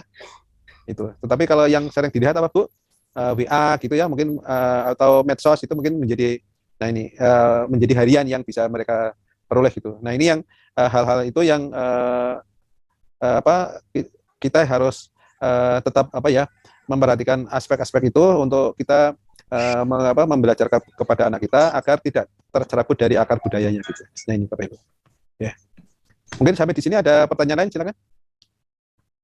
Tidak, Pak. Silakan. Monggo. Sudah cukup Bapak Ibu? Cukup, ya, monggo. Pak. Bagaimana Pak Yuki? Cukup Bapak, alhamdulillah. Ya. Nah, ada pemahaman apa Bapak Ibu berkaitan dengan pertemuan hari ini? Banyak, Pak. Ya, silakan. Sekali, Pak. Pemahaman pedagogi, kebahasaan dan kesastraan. Ya, Bapak Ibu sekali lagi mohon maaf kalau seolah-olah kami memaksa Bapak Ibu gitu ya. Jadi bukan itu Bapak Ibu keinginannya, tetapi keinginannya kami ya, saya Pak Diamond yang satu kelas lagi ini diambil oleh Pak Haryadi ya. Itu adalah bersama-sama bagaimana Bapak Ibu bisa sukses gitu ya. Termasuk tadi kami memfasilitasi mahasiswa prajabatan untuk uji kinerja gitu. Mereka ada uji seminar refleksi pembelajaran. Kalau Bapak Ibu kan refleksi pembelajaran kemarin kita diskusikan di aktivitas PPL gitu ya Bapak Ibu, atau penyusunan ya PPL ya. Bapak Ibu praktek, kemudian Bapak Ibu kan menyusun refleksi itu. Nah itu refleksi diri Pak. Ya itu ya. Kemudian membuat refleksi diri untuk melakukan inovasi gitu ya. Itu kan Bapak Ibu yang di PPG Daljab. Kalau PPG Prajab itu lebih ke ini ya, lebih banyak mengajak refleksi melalui mata kuliah yang mereka peroleh, termasuk juga PPL. Mereka malah PPL-nya 2 kali Bapak Ibu. Gitu. Nah, hasil dari aktivitas itu kemudian mereka menyusun bahan refleksi, dan berikutnya kemudian seperti aktivitas ujian skripsi itu Bapak Ibu, mereka menyajikan paparan refleksinya, kemudian diuji oleh 3 dosen ya, diuji oleh 2 dosen dan 1 gumong gitu. Secara luring loh Bapak Ibu. Itu secara langsung gitu. Ya, jadi langsung di kelas tadi ya, gitu. Nah itu upaya kami untuk sistem yang membangun untuk menyiapkan Bapak Ibu sebagai guru masa depan yang lebih hebat gitu. Ya, seperti Pak Irwan itu, alhamdulillah, semoga lancar ya Pak Irwan ya. Iya Pak, alhamdulillah. Ya, sekali lagi kemarin mohon maaf kalau misalnya kami itu seolah-olah mohon maaf tuh Bapak Ibu, seolah-olah kami mengistimewakan Pak Irwan, bukan ya, tapi inginnya adalah semua kelas ini atau angkatan ini bisa sukses bersama gitu. Toh kalau sukses semua kan tidak mengganggu Bapak Ibu kan? Nggih, Pak. Apakah mengganggu Bapak Ibu? Boten, Pak. Boten, Pak. Kan tidak menyayangi Bapak Ibu kan itu ya. Tetapi teman kita mencapai kebahagiaan dan mencapai kesejahteraan, dan semoga hidup berkah barokah kan itu ya, bisa beribadah gitu, apalagi kalau sepertiga malamnya itu bisa dilakukan itu. Mohon maaf loh Bapak Ibu kalau saya di tengah malam mengganggu Bapak Ibu dengan WA mendoakan itu ya. Itu bukan apa-apa. Terima kasih Pak Bapak. Terima kasih Bapak. Itu kan kata para ustadz itu sepertiga malam itu para malaikat kan turun mendekati kita gitu, dan disitulah waktu yang mustajab untuk berdoa lah. Saya teringat para mahasiswa saya ya, kemudian saya apalah salahnya kalau saya ikut mendoakan agar mahasiswa kita semuanya bisa lancar, lulus dengan baik dan hidup barokah gitu. Gitu aja Bapak. Ya, bukan hanya Daljab, yang Prajab pun sama gitu. Termasuk S1 pun saya juga itulah, biar sejak awal itu mereka punya kedekatan dengan penciptanya sehingga hidup bisa lebih bermakna dan lebih tenang gitu ya. Ya, saya merefleksi dari Pak Irwan terus terang saja gitu. Nggih, Pak, matur nuwun. Ya, Pak Yuki, ibu-ibu yang lain gitu ya, gitu. Dan itu semua, dan saya alhamdulillah Bapak Ibu sekarang semakin sehat ya, atas semangat untuk bersama Bapak Ibu ini gitu. Ya, kadang-kadang sekarang suka lupa juga kalau aktivitasnya itu tidak terukur gitu ya, dari pagi sampai sore seperti ini. Nah, itu. Nggih. Nah, mungkin ada ya, silakan siapa yang akan kita akhiri pukul 17.30 lah gitu ya. Ya, monggo. Yang mau buka puasa ya, semoga nanti bisa berbuka gitu ya. Ini kan hari apa ini? Kamis ya, menjelang malam Jumat. Iya, Pak. Kamis. Nggih. Ya, yang Kamisan. Nah, apalagi ini bulan apa itu? Bulan apa ini Pak Yuki? Oh, bulan kurban Pak itu, Pak. Iya. Rajab. Ya.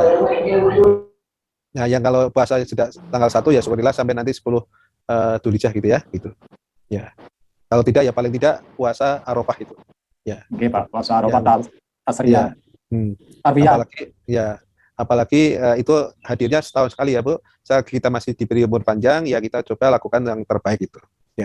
Ya jangan ditunda gitu ya. Kalau saya mencoba seperti itulah gitu. Oke, Bapak Ibu, silakan Pak Yogi bisa disusun simpulan Pak Yogi. Mohon maaf Pak, di sini dekat masalah Jejaga. Oh, kata yang lain malam mungkin. Ya, atau mungkin yang lain silakan siapa? Pak Andri mungkin ya Pak tadi. Ini Pak Andri ada di jalan atau tidak ini? Atau saya Pak. Oke, Pak Andri. Oke. Menyimpulkan kegiatan hari ini ya Pak. Oke. Jadi yang pertama, alhamdulillah ini ada banyak, mungkin dari saya pribadi, bahasa saya banyak sudut pandang yang baru ya. Jadi dengan adanya diskusi seperti ini, jadi semakin membuka wawasan. Karena terkadang soal itu mungkin sama dari dulu sampai sekarang. Tetapi ketika sudah diujikan dengan kondisi besok itu 120 soal ya, kurang lebih itu kan pasti pengen cepat gitu. Nah, akhirnya yang harusnya dibaca dengan teliti malah jadi kurang teliti. Nah, dengan ada sebenarnya ada kata kunci sudah diajarkan Pak Bambang ini gini konteksnya seperti ini. Nah, dengan seperti itu alhamdulillah kita jadi semakin tahu harus baca yang mana gitu Pak Bambang. Jadi alhamdulillah ini sangat membantu. Jadi kedepannya semoga tidak berhenti untuk UP saja, ini juga digunakan nanti untuk anak-anak saat mengajar gitu ya Bapak Ibu ya. Sangat senang. Jadi dengan belajar konteks seperti itu kan jadinya insya Allah murid akan semakin lebih tertarik dengan bahasa Indonesia, tidak sekedar teksnya banyak banget Pak. Bukan baca teksnya gitu, tetapi coba lihat konteksnya ada apa di situ, nah kerjakan soalnya dari itu. Gitu. Jadi terima kasih Pak Bang sudah hari ini sudah membersamai kami, sudah kisi-kisi UP ini. Ya, itu kan begini Pak, konsep hidup kita kan juga kontekstual ya Bapak Ibu. Sekarang itu perjalanannya sangat jauh sekali kan itu dengan kita pada waktu kecil dan kita menjelang diberi kesempatan untuk bisa menikmati hidup, untuk menyiapkan berpulang dengan baik gitu. Nah ini itu memang konteks-konteksnya sangat luar biasa gitu ya. Zaman kita kecil kita menemukan makanan itu telo, rambat, singkong gitu ya. Sekarang itu makanannya pisah gitu ya. Nah itu. Nah ini kan makanan-makanan yang bagi lidah kita mungkin tidak alamiah gitu. Termasuk saya juga sama gitu. Ya. Nah, begitu Pak Andreas tadi, Bapak Ibu yang semuanya, matur nuwun, semoga kita dimudahkan untuk paham kalau punya kesiapan yang baik dan dicatat sebagai sebuah ikhtiar untuk menuju ke sukses kita. Ya. Begitu Bapak Ibu, ini silakan berdoa menjelang maghrib. Ya, silakan siapa yang mau berdoa ini? Pak Yogi tadi dekat dengan musola jika suaranya itu ya. Atau Pak Irwan itu yang ya, Pak Irwan ini ya, berdoa Pak Irwan. Monggo Pak Irwan. Bismillahirrahmanirrahim. Alhamdulillahirabbil alamin. Arrahmanirrahim. Ya kana na'budu wa iyyaka nasta'in. Ihdinas siratal mustaqim. Siratal ladzina an'amta 'alaihim ghairil maghdubi alaihim waladdallin. Ya Allah ya Rahman ya Rahim. Moga-moga acara Zoom meeting ini bermanfaat dan semoga Allah meridhoi kami semua agar nanti pada waktu ujian UP dimudahkan, diberi jalan pikiran yang terang, agar kita semua dapat lulus dengan baik dan dapat membanggakan anak kita, istri kita, dan alma mater Universitas Negeri Semarang. Dan semoga Bapak dosen Pak Bambang, Pak Diamon, Pak Heri, Pak Heriati, Bu Ani diberi kemudahan, keberkahan, keanugerahan, rezeki pada kita semua dan mahasiswa PPG pada umumnya, Galjab. Semoga sukses dan lulus semuanya. Amin amin ya robbal alamin. Amin. Ya, Bapak Ibu, sekian dulu. Nah, besok insya Allah mungkin agak siang sedikit ya Bapak Ibu, karena besok hari Jumat saya nguji itu, kalau tadi kan bisa pukul 1 rampung, tetapi karena besok Jumat kan terselah oleh Jumatan itu. Kita mulai sore aja ya Bapak Ibu? Nggih, Pak. Setelah asar gitu ya? Nggih, Pak. Nah, nanti sudah maghriban itu kemudian kita lanjutkan lagi gitu. Oke. Gitu ya Bapak Ibu, semoga semuanya lancar dan kita besok khusus kita latihan analisis soal-soal itu Bapak Ibu. Oke. Mohon dicermati soal-soal itu latihannya 1 sampai 130 gitu. Nathan Dien, matur nuwun, sekian, terima kasih. Assalamualaikum warahmatullahi wabarakatuh. Waalaikumsalam warahmatullahi wabarakatuh. Terima kasih Pak Bambang. Oke, sami-sami Bu. Ya, semoga nanti malam bisa bangun ya Bapak Ibu untuk bermunajat, memperoleh kemudahan ya Pak Irwan ya. Yang lain didoakan itu semuanya bisa itu dan saling mendoakan semua gitu. Iya Pak. Dimudahkan untuk sukses semuanya. Sekian, assalamualaikum warahmatullahi wabarakatuh. Waalaikumsalam warahmatullahi wabarakatuh. Saya live ya Bu. Iya, Pak.